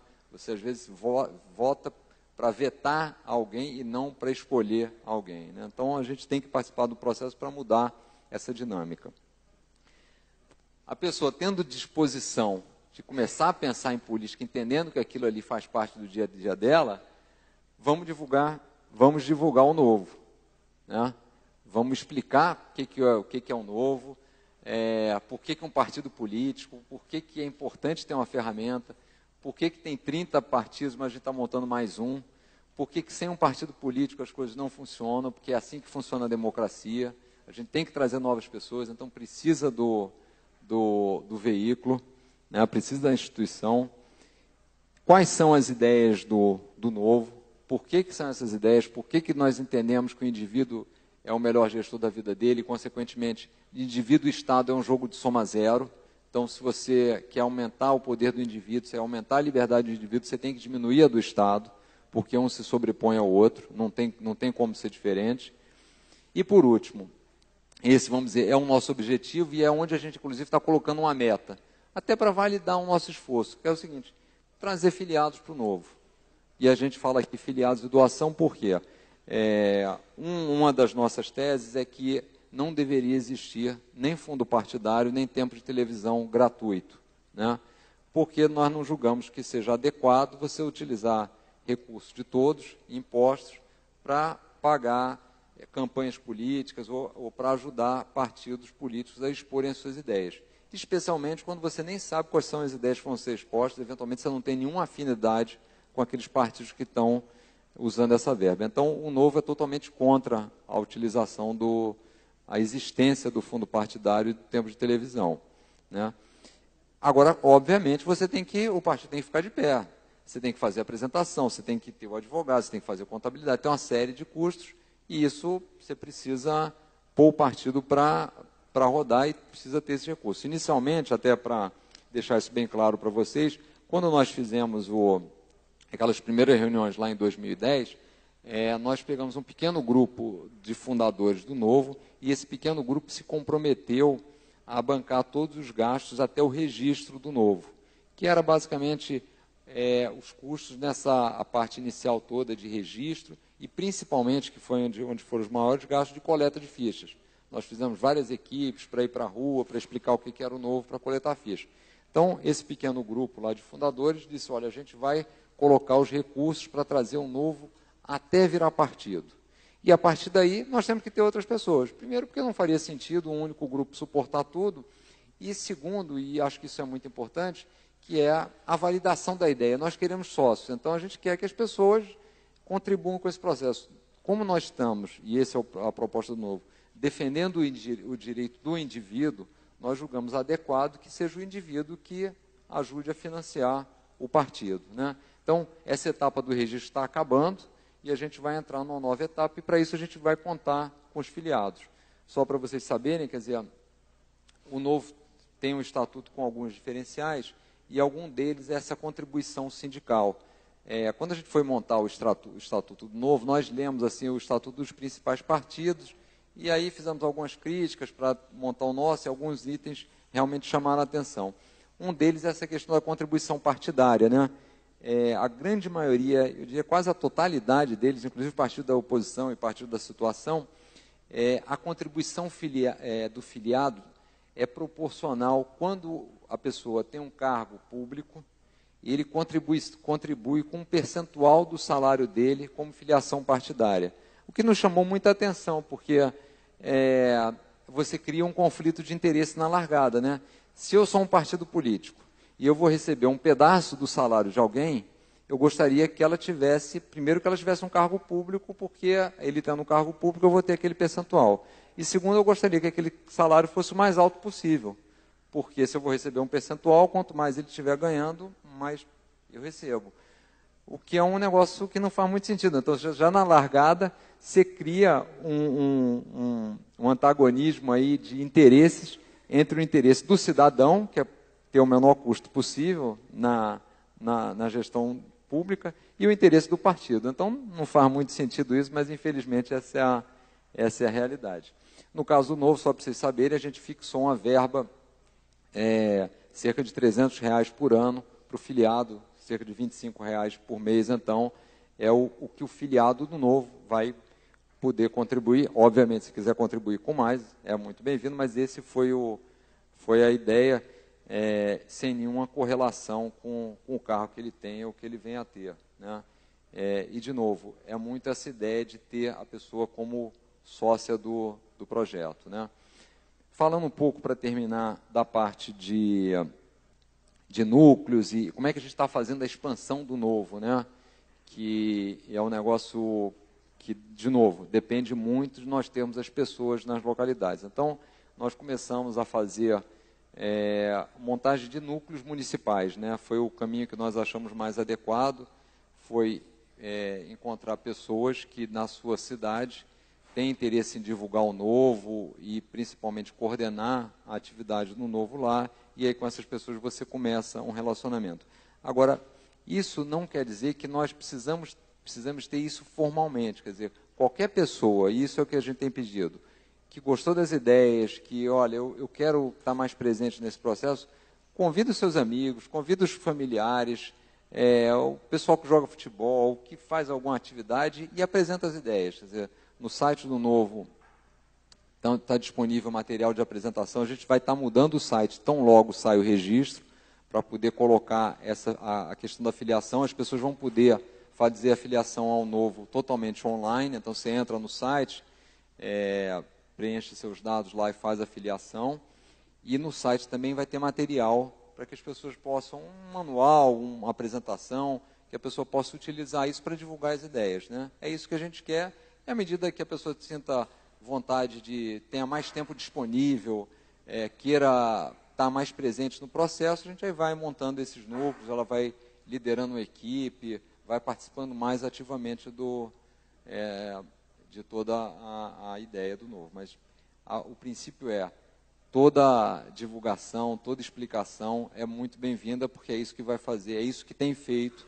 Quer dizer, o reflexo de todos nós aqui e desses outros eventos é reflexo desse boca a boca e das mídias sociais que a gente tem utilizado, né? Por último, só para deixar aqui com vocês, eu imagino que a grande parte já tenha, mas quem não tem, eu sugeriria, pediria que pudesse deixar um cadastro lá no Novo. É só entrar no site naquele endereço ali. Esse cadastro não quer dizer filiação, mas é só uma forma de receber informações que a gente manda com alguma frequência, saber de eventos do Novo, saber do andamento do nosso processo no TSE. Então, a gente atualiza essas informações com alguma frequência.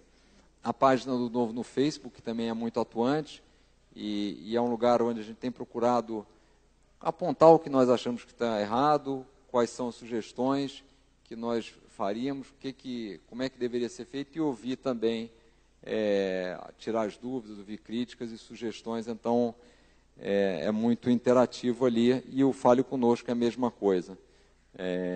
Também, alguma dúvida, eventualmente, que a gente não consiga responder aqui, não seja possível, pode enviar também para o Fale Conosco. A gente tem sempre procurado, num espaço muito pequeno de tempo, responder aí. E nós entendemos que esse é um diferencial do partido, né? Acho que era basicamente isso. A gente podia aproveitar e abrir aí para as perguntas, e a gente aí conversa um pouco mais aí durante esse bate-papo aí, tá? Muito obrigado aí.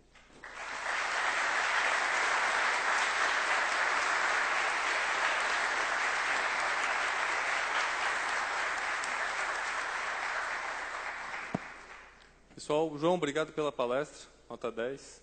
Pessoal, gostaram da palestra? Se falarem que não, também ia ser complicado agora para mim, né? Pessoal, o seguinte, antes de a gente passar para as perguntas e respostas, a gente deu para ver aqui que tem uma grande quantidade de perguntas. O Jefferson selecionou algumas perguntas mais pela duplicidade do que por uma ou outra questão. Todas serão depois repassadas também para o João, e o pessoal da equipe pode depois responder também o que tiver dentro do nosso alcance. Até porque tem perguntas que talvez, né, João, não tenham respostas, talvez nós mesmos não consigamos responder. Passo agora então para o Jefferson. O Jefferson tem algumas perguntas. A gente vai ter 40 minutos, João, para fazer essas perguntas, tá? E no final a gente volta para o sorteio. Boa noite a todos, pessoal.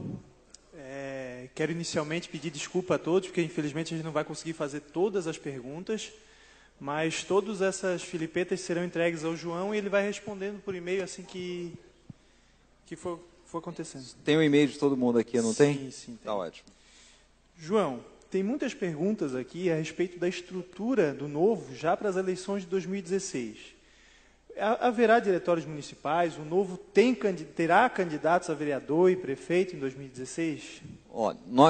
A nossa intenção é ter candidatos, inclusive porque desde o início do projeto lá atrás, em 2011, a primeira ideia era o seguinte: sair candidato no nível municipal para vereador e prefeito. Até na época nós imaginávamos que conseguiríamos, em curto espaço de tempo, até tentar concorrer em 2012, mas era muito difícil.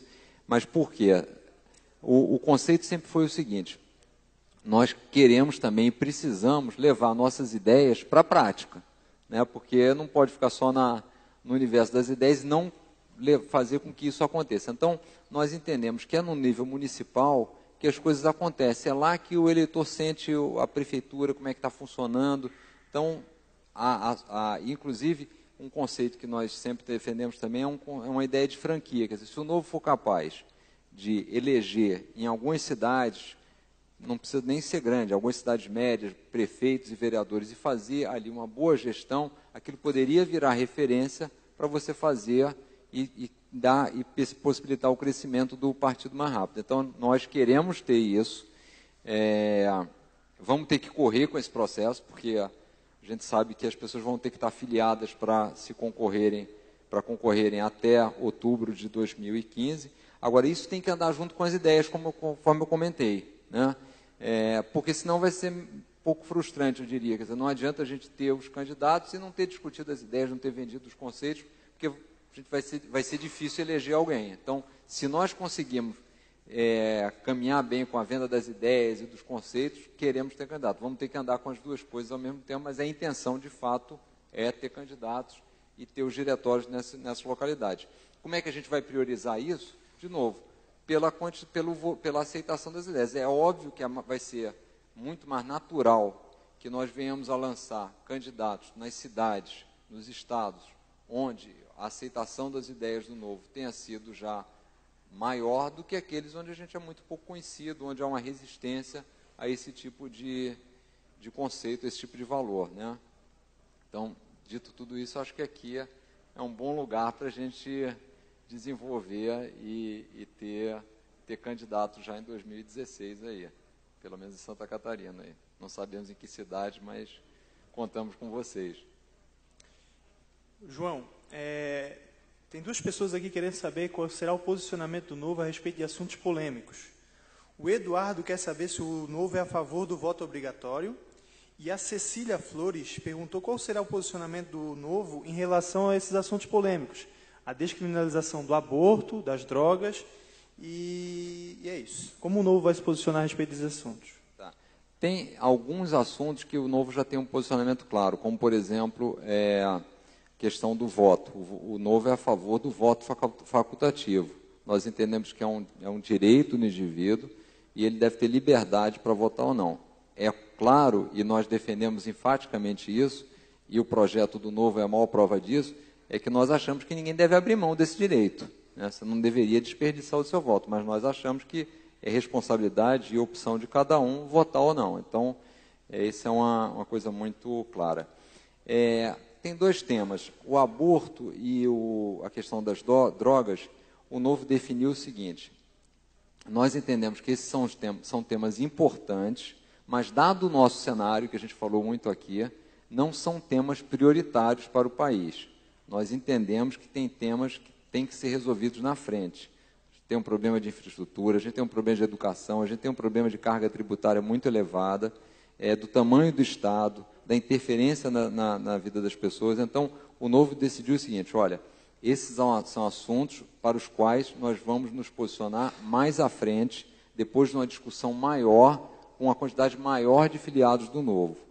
Isso quer dizer o seguinte: todas as pessoas que compartilharem das nossas ideias, entenderem que existem essas outras prioridades, independente se elas são contra ou a favor do aborto, contra ou a favor da legalização das drogas, elas são muito bem-vindas. E fica o espaço e a oportunidade para lá na frente se discutir esses temas. Mas nós achamos que fazer essa divisão logo na largada, com tantas coisas importantes para serem resolvidas, não faria sentido, né?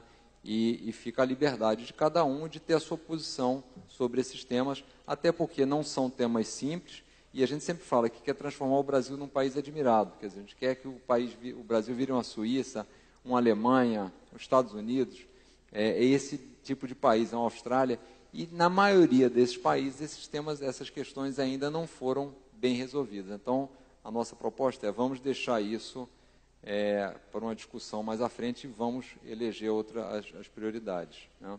Muitas perguntas aqui a respeito das parcerias políticas. O Novo vai fazer parcerias políticas? Como é que vai funcionar o controle dos políticos do Novo?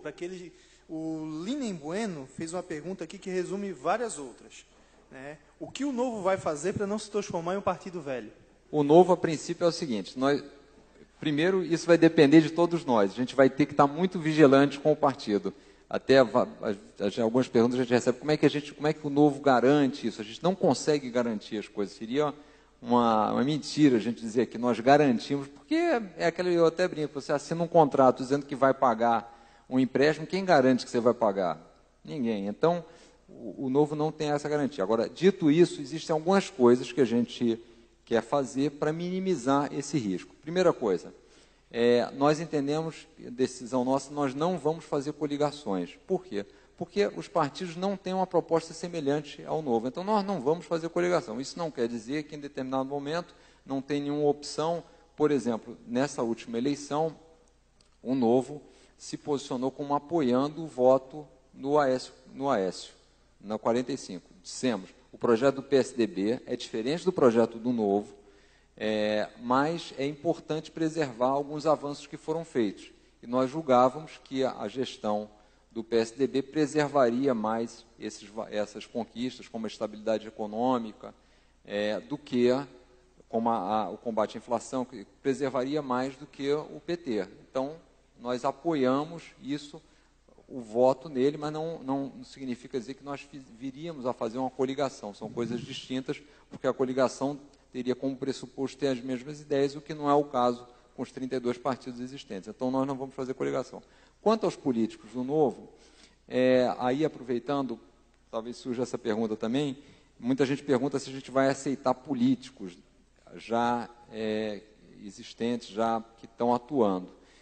Nós julgamos adequado, e é isso que nós temos falado, é o seguinte: nós não fazemos uma restrição prévia a nenhum dos políticos que estão aí. Agora, obviamente, para que esse político venha participar do Novo, nós gostaríamos que ele compartilhasse das mesmas ideias do Novo, e não só. É importante que, se ele compartilha dessas ideias, é importante que ao longo do seu processo, seja de atuação no Legislativo, seja de atuação no Executivo, ele tenha demonstrado coerência com isso. Então, é isso que nós vamos buscar. E, principalmente, que ele esteja preparado para fazer isso que a gente já disse aqui, que às vezes não é muito fácil, especialmente se você já está nesse ambiente, que é estar disposto a reduzir o seu poder, né, e devolver poder para o cidadão. Então, dito isso, vamos ver o que sobra, né? E, por último, só nessa questão do político, o que existe no Estatuto do Novo, existe um compromisso de gestão e um compromisso de atuação parlamentar. Então, a pessoa, quando for ser candidata, ela vai assinar um compromisso de atuação parlamentar, dizendo basicamente quais são os princípios, os parâmetros, assumindo alguns compromissos na sua atuação no Legislativo. E, ao mesmo tempo, se ela for um candidato pelo Executivo, ele vai assinar um plano de metas também para o Novo. De novo, isso não garante, mas é mais uma forma da gente tentar ter um maior controle sobre esse processo. E só complementando, que também é do Estatuto, e que foi feito também nessa mesma linha, diferente dos partidos que existem hoje, que é o seguinte: se a pessoa é um membro do diretório do Novo, ele não pode ter um cargo público, porque o raciocínio é o seguinte: o partido tem que monitorar e acompanhar o candidato que foi eleito, né? Então, é razoável que a pessoa que está na direção do diretório, nos diretórios, não tenha um cargo público, que as coisas não se misturem, né? Então, o diretório daqui, por exemplo, de Santa Catarina, vai acompanhar aquele deputado, aquele vereador que foi eleito por aqui, mas eles não podem ser a mesma pessoa, como na maioria dos partidos né? Se você for em vários partidos, o presidente de um é o senador, o presidente de outro é o deputado, quer dizer, se cria um conflito de interesses e não segrega o que é gestão do partido e o que é gestão pública. Então, essa foi outra medida que está no Estatuto que visa melhorar esse sistema, vamos dizer, de governança do partido, né?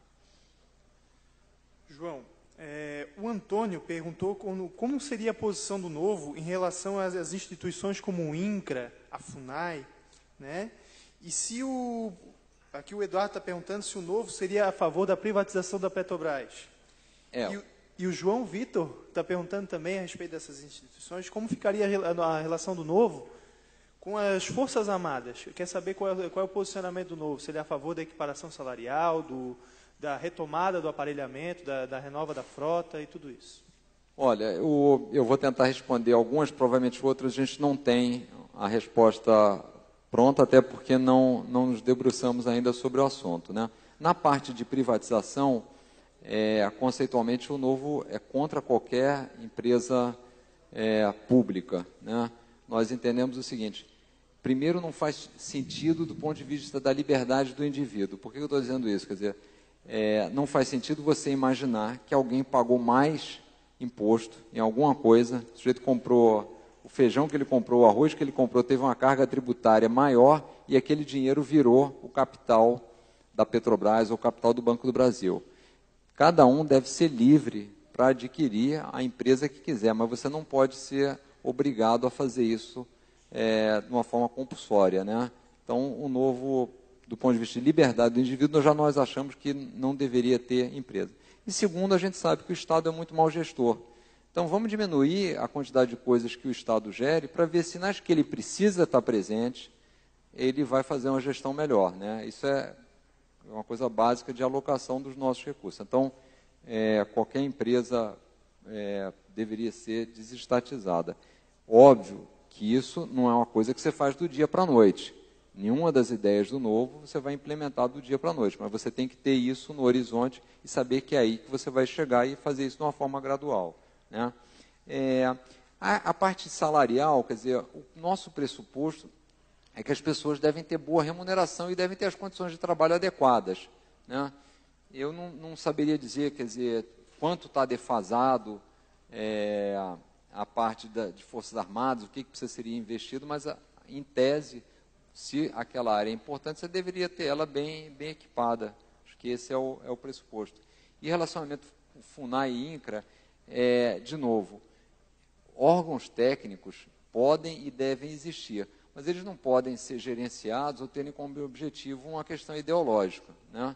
Ou um aparelhamento não por um regime de competência, mas por um regime de ideologia, né? Então, acho que é isso que a gente deveria trabalhar para mexer, né? Tem muitas perguntas aqui a respeito da escola econômica e filosófica que o Novo apoia. E o Patrick quer saber qual é o posicionamento do Novo a respeito do Foro de São Paulo. Na verdade, eu diria que nós não temos nenhuma escola que seja assim. Eu diria diferente. O Novo não quer ser refém de nenhuma escola de pensamento econômico. Por quê? Nós queremos ser refém da lógica, do bom senso, da racionalidade. Tudo que fizer sentido, for dentro disso, é bem-vindo. Mas o nosso projeto é diferente. O nosso projeto é de transformação do país. Não é da venda do liberalismo. não é da venda da escola austríaca, não é da venda da escola do Milton Friedman, quer dizer, é diferente de alguns movimentos, de alguns institutos que têm isso como a principal finalidade, né? Então, inclusive por isso até que nós evitamos um pouco alguns rótulos, porque nós não queremos ter o compromisso com o rótulo. Eu acabei de falar aqui, por exemplo, sobre esse posicionamento das drogas e do aborto. Eventualmente, se o Novo adotasse um rótulo de ser um partido liberal ou libertário, teríamos que ter um posicionamento claro nessa linha, mas nós entendemos que isso não é o roteiro que a gente gostaria de seguir. Então, não tem nenhuma escola que vá ser a base do Novo, mas é óbvio, quer dizer, até pelas características, pelos valores que eu comentei, nós temos uma tendência a um viés liberal por acreditar que são ideias que fazem mais sentido, né? Qual que era a outra? Foro de São Paulo. Foro de São Paulo. O Foro de São Paulo é o seguinte, nós achamos um absurdo você ter uma reunião de grupos e instituições, inclusive com um aparelhamento de coisas do governo, participando desse processo.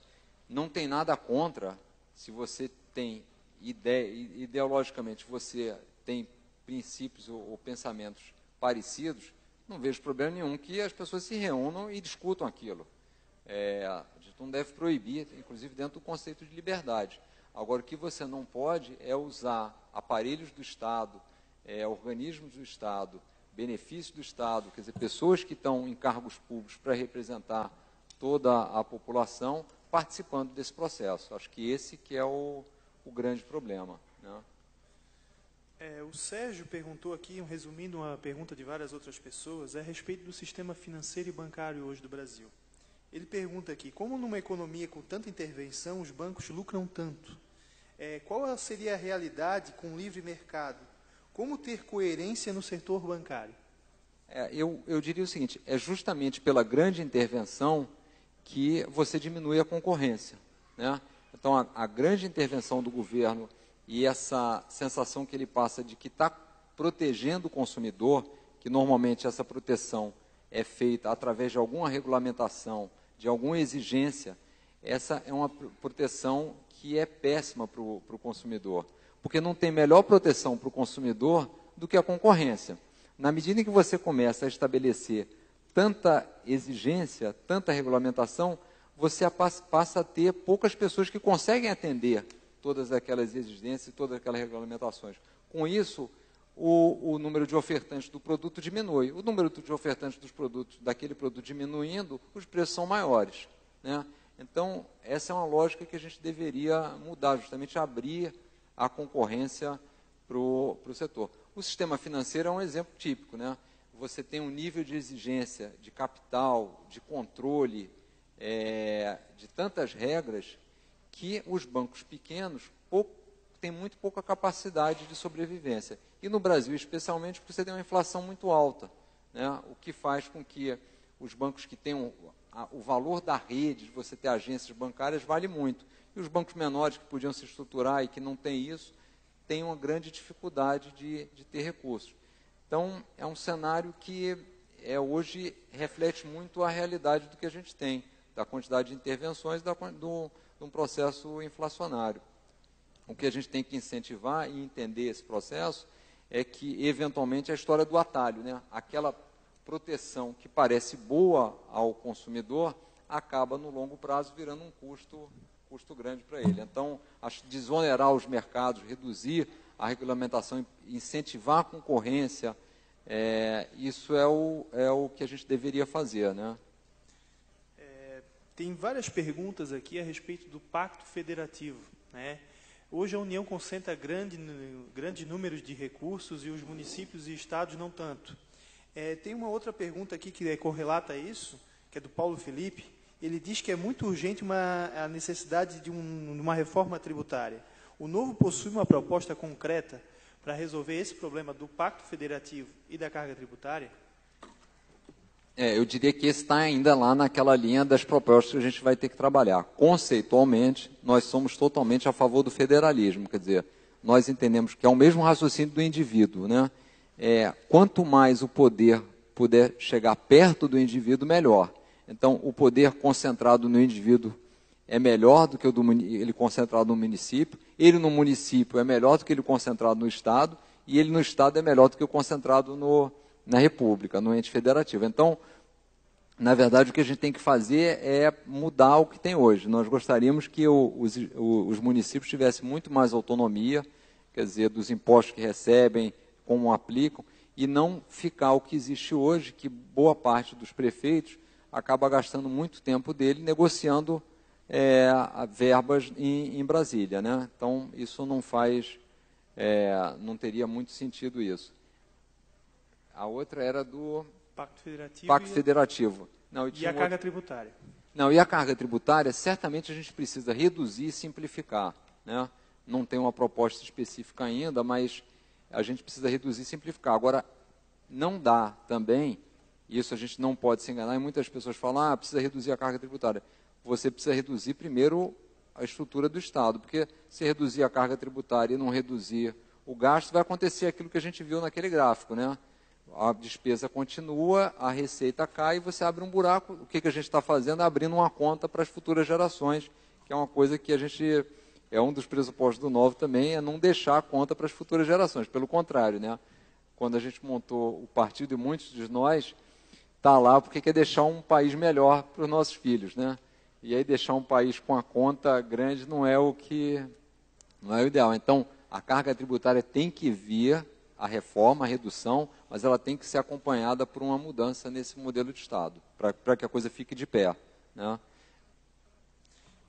Tem várias perguntas aqui, eu vou procurar resumir, porque esse é até um sentimento meu também, né? A população fiscaliza muito o poder executivo. No entanto, o poder legislativo capta também uma quantidade grande de recursos e ele tem uma força política muito grande em todo o processo. Aqui nessa casa, por exemplo, cada vereador tem uma verba enorme para cada gabinete, para contratar pessoas, e acaba que essas pessoas acabam não trabalhando de fato nas funções políticas, mas sim como cabos eleitorais. Que proposta que o Novo tem para modificar esse sistema e acabar com esse gargalo no legislativo?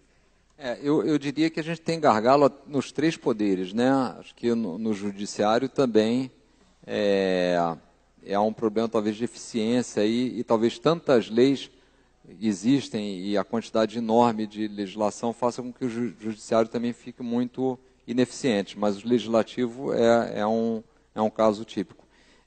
Para começar, assim, algumas coisas práticas, de novo, vamos ter que pôr mais coisas no papel, mas algumas coisas práticas é o seguinte: existem cidades, municípios, onde certamente a função de vereador poderia ser uma função sem remuneração, a ser feita de forma voluntária, né? Você tem cidades pequenas e que o tempo consumido, como às vezes a gente é síndico do prédio e não recebe nada, você faz um rodízio ali, porque aquilo então deveria funcionar assim.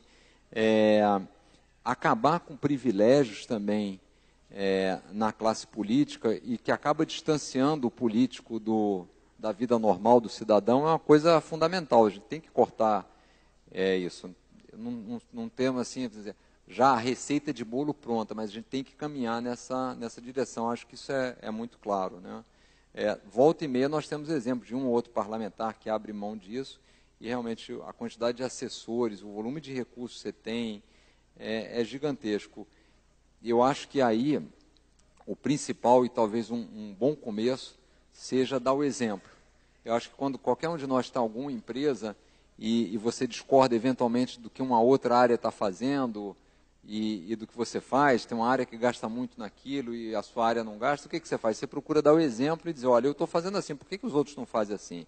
Então, talvez uma boa ideia, do ponto de vista muito prático e operacional, seja que as pessoas do Novo, ao assumirem alguns cargos, isso a gente pode colocar como uma das metas, vão abrir mão de uma série de privilégios, né?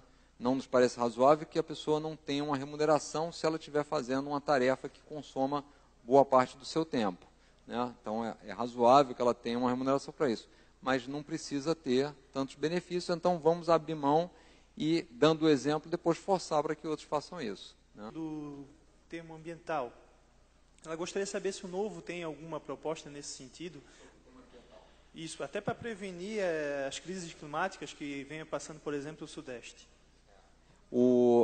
não temos. O que nós temos eu não citei aqui, mas está no nosso site como um dos 6 valores do Novo, que é muito importante, que é a história da visão de longo prazo, né? E a visão de longo prazo, basicamente, tem a ver a não deixar uma dívida para a próxima geração. E essa dívida pressupõe financeira e ambiental, né? Então, acho que por aí é um tema importante, mas ele tem que andar muito junto as duas coisas, né?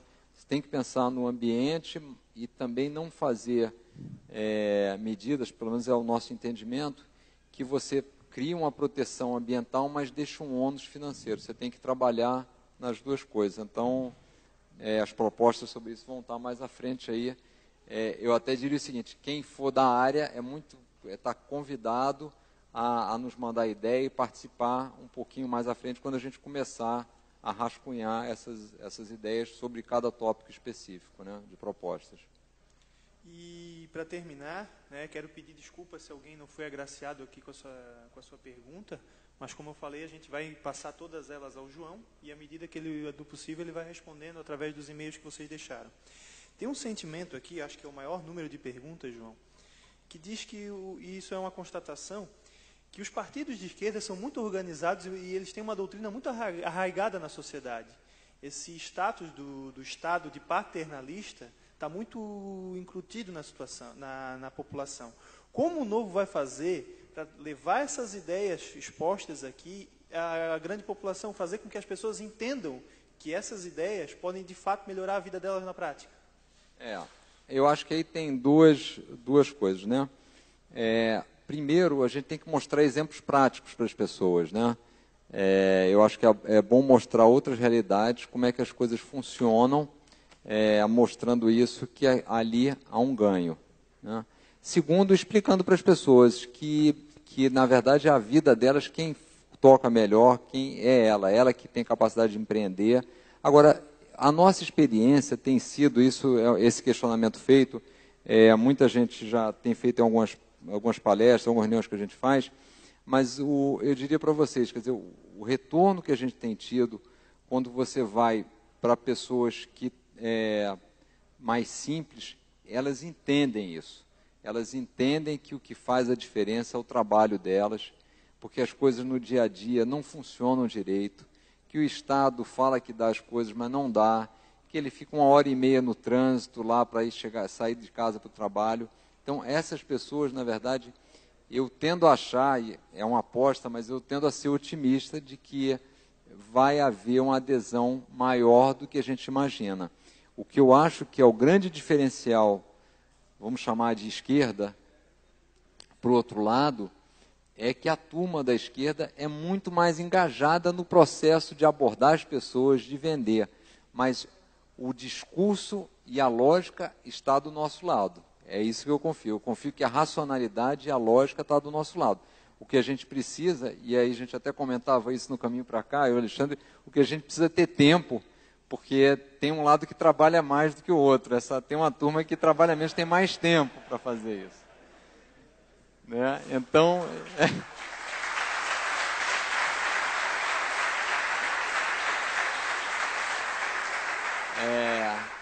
eu acho que é duas coisas. A gente precisa ter tempo para fazer isso um pouco. E, infelizmente, quer dizer, no Brasil, como eu falei aqui na questão da oposição e da concorrência, todo mundo vende a mesma coisa. Né? Então, se vocês lembrarem, eu gosto desse exemplo do debate lá da Dilma com o Serra, o último, era a discussão quem ia dar um maior salário mínimo, como se eles dessem um salário mínimo. Então, um dizia, eu vou dar R$1.000, eu vou dar 1.200. Eu até brinco que tinha um amigo meu que dizia o seguinte, eu falava logo, eu vou dar 5.000, o dinheiro não é meu mesmo? Mas é justamente isso. Então, essa dinâmica que a gente tem que mostrar para as pessoas. Falou, está vendo esse saco de feijão que você comprou aqui? 30% desse saco de feijão é imposto. Você podia estar comprando 40% a mais de feijão, 50% a mais de feijão, não está comprando porque você está tendo uma ação de uma empresa lá que estão roubando a tal de Petrobras. Entendeu? Essas coisas a gente tem que mostrar. A lógica está do nosso lado. Eu tenho muita confiança que se a mensagem não for entendida, é um erro nosso. Né? Então, não é fácil, eu acho que mais pela falta de tempo, mas eu acho que dá para dá para fazer isso, especialmente se a gente tiver o veículo, e eu acho que por isso, eu acho que o novo pode ser muito importante nesse processo, da gente aglutinar as pessoas em torno de uma ideia, e uma ideia essa que tem capacidade de fazer mudanças, porque vai participar do processo. A gente vai estar no jogo, a gente vai eleger gente, a gente vai se pronunciar, a gente vai aparecer, tem coisas diferentes na proposta, tem coisas diferentes no estatuto, e eu acho mais importante, se a gente fizer isso com muita transparência e com muita sinceridade, as pessoas vão entender que a gente não está fazendo esse discurso para enganar ninguém, a gente está fazendo isso para melhorar a vida delas. Então, acho que esse vai ser um dos nossos diferenciais, né? Mas vamos ver. Essa é a aposta. Mais alguma coisa aí, Fernando? Não, João, agora a gente vai... Só peço que tu vai participar ainda do sorteio com a gente. O Alexandre só queria dar um recado aqui antes de a gente iniciar o sorteio. Obrigado. João, muito obrigado pela palestra, foi muito reveladora. Gente, e rapidamente, só para pedir a colaboração de vocês, após o sorteio, se vocês puderem deixar ali na mesa da recepção a numeração do sorteio, para que nós possamos reaproveitar em uma próxima ocasião, para minimizar os custos, porque está complicado as coisas. A Dilma acabou com a economia, então tem que fazer economia a gente. E outra questão que eu queria falar para vocês é que as camisetas, algumas pessoas na recepção, quando chegaram, adquiriram a camiseta, mas ainda não tinha chego aqui. Elas já chegaram, vocês podem retirar ali com o pessoal lá embaixo. E aproveitando também o ensejo para pedir para vocês também, quem não adquiriu, também adquira, para que nós possamos ter um caixa para trazer o João aqui mais vezes, né? Precisamos dos sócios aí para nos fortalecer nesse trabalho. Ok? O Fernando vai continuar aqui com você. Pessoal, então a gente, como a gente falou, a gente vai sortear o kit do novo, que é uma camiseta, o bottom e mais o adesivo, e também 2 camisetas da Vista Direita. A gente tem aqui representantes da empresa que está apoiando as ações aqui do Novo Santa Catarina. João, a gente queria pedir um favor teu, já que tu não teve acesso à lista, não conhece ninguém aqui, então não vai ser, como se diz, questionado. Nós tivemos 263 presentes. Então, a gente acabou preferindo fazer assim o sorteio. A gente queria que tu elencasse 5 números entre 0 e 263, para que a gente pudesse fazer a entrega aí dos itens para os nossos caros simpatizantes. 5 números. Bom, então vai lá no chute. 28. Espera só um minutinho. Pessoal, 28, alguém tem? Está valendo um kit do Novo entregue pelo presidente do Novo aqui diretamente para vocês. E tem que usar a camiseta depois bastante. Tem que usar a camiseta, sim. Mais um, João, por favor. 75. Opa, pode vir, Vitor. Uma salva de palmas para o Vitor, por favor, pessoal.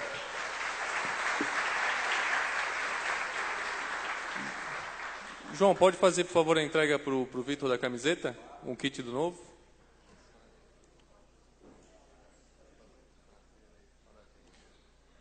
Vitor, se ficar pequeno ou grande, depois pode trocar lá. É só simbolicamente agora, tá?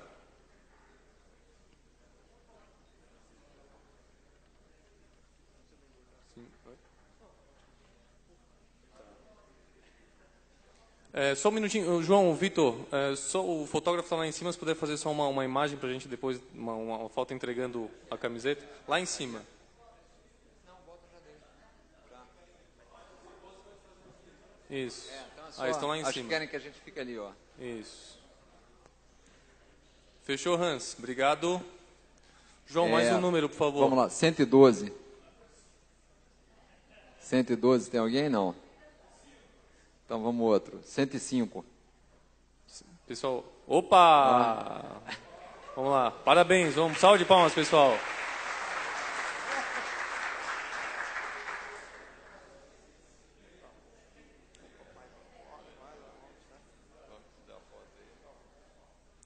Lá para o Hans. Está entregue. Obrigado, viu? Fernando, pode ir até que número? Agora, até 263. Tá, 222. Opa! Pode vir, por favor, receber. Uma salva de palmas, pessoal.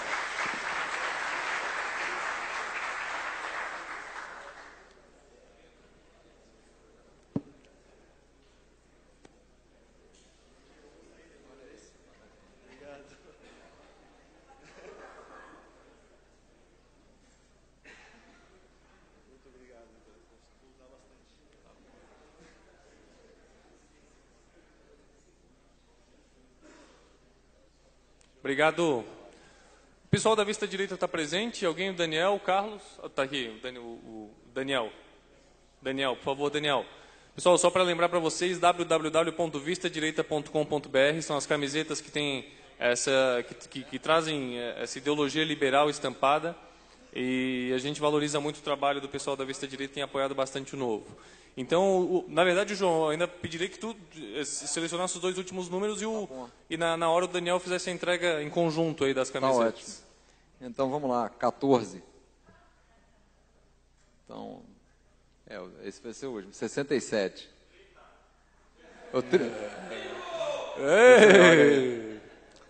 Uma salva de palmas, pessoal, vamos lá.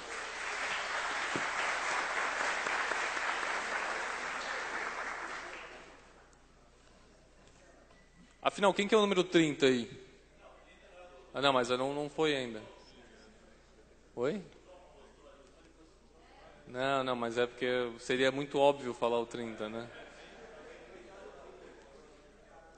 Tá, vamos fazer o seguinte, você pegou o 30, depois no final tu passa lá e pega uma camiseta também. Bom, mas o 30 era o último que eu ia pedir. Ah, João, pô, acabou com a minha Não podia surpresa. deixar de pedir o 30, né? Não, mas vai ganhar, então vou tem deixar. sorte de pegar o 30.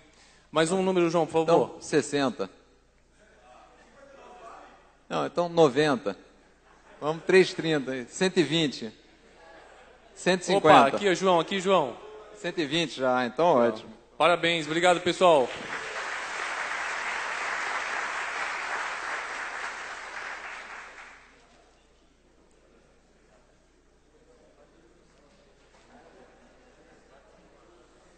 Só um sorriso lá para a câmera da verdade. Bom, com a última entrega, quero agradecer a todo mundo pela presença. João, mais uma vez, obrigado pela disponibilidade. Pessoal, os contatos já foram passados. Qualquer coisa a gente está à disposição. Obrigado e boa noite. Boa volta para todos vocês. Obrigado pela presença.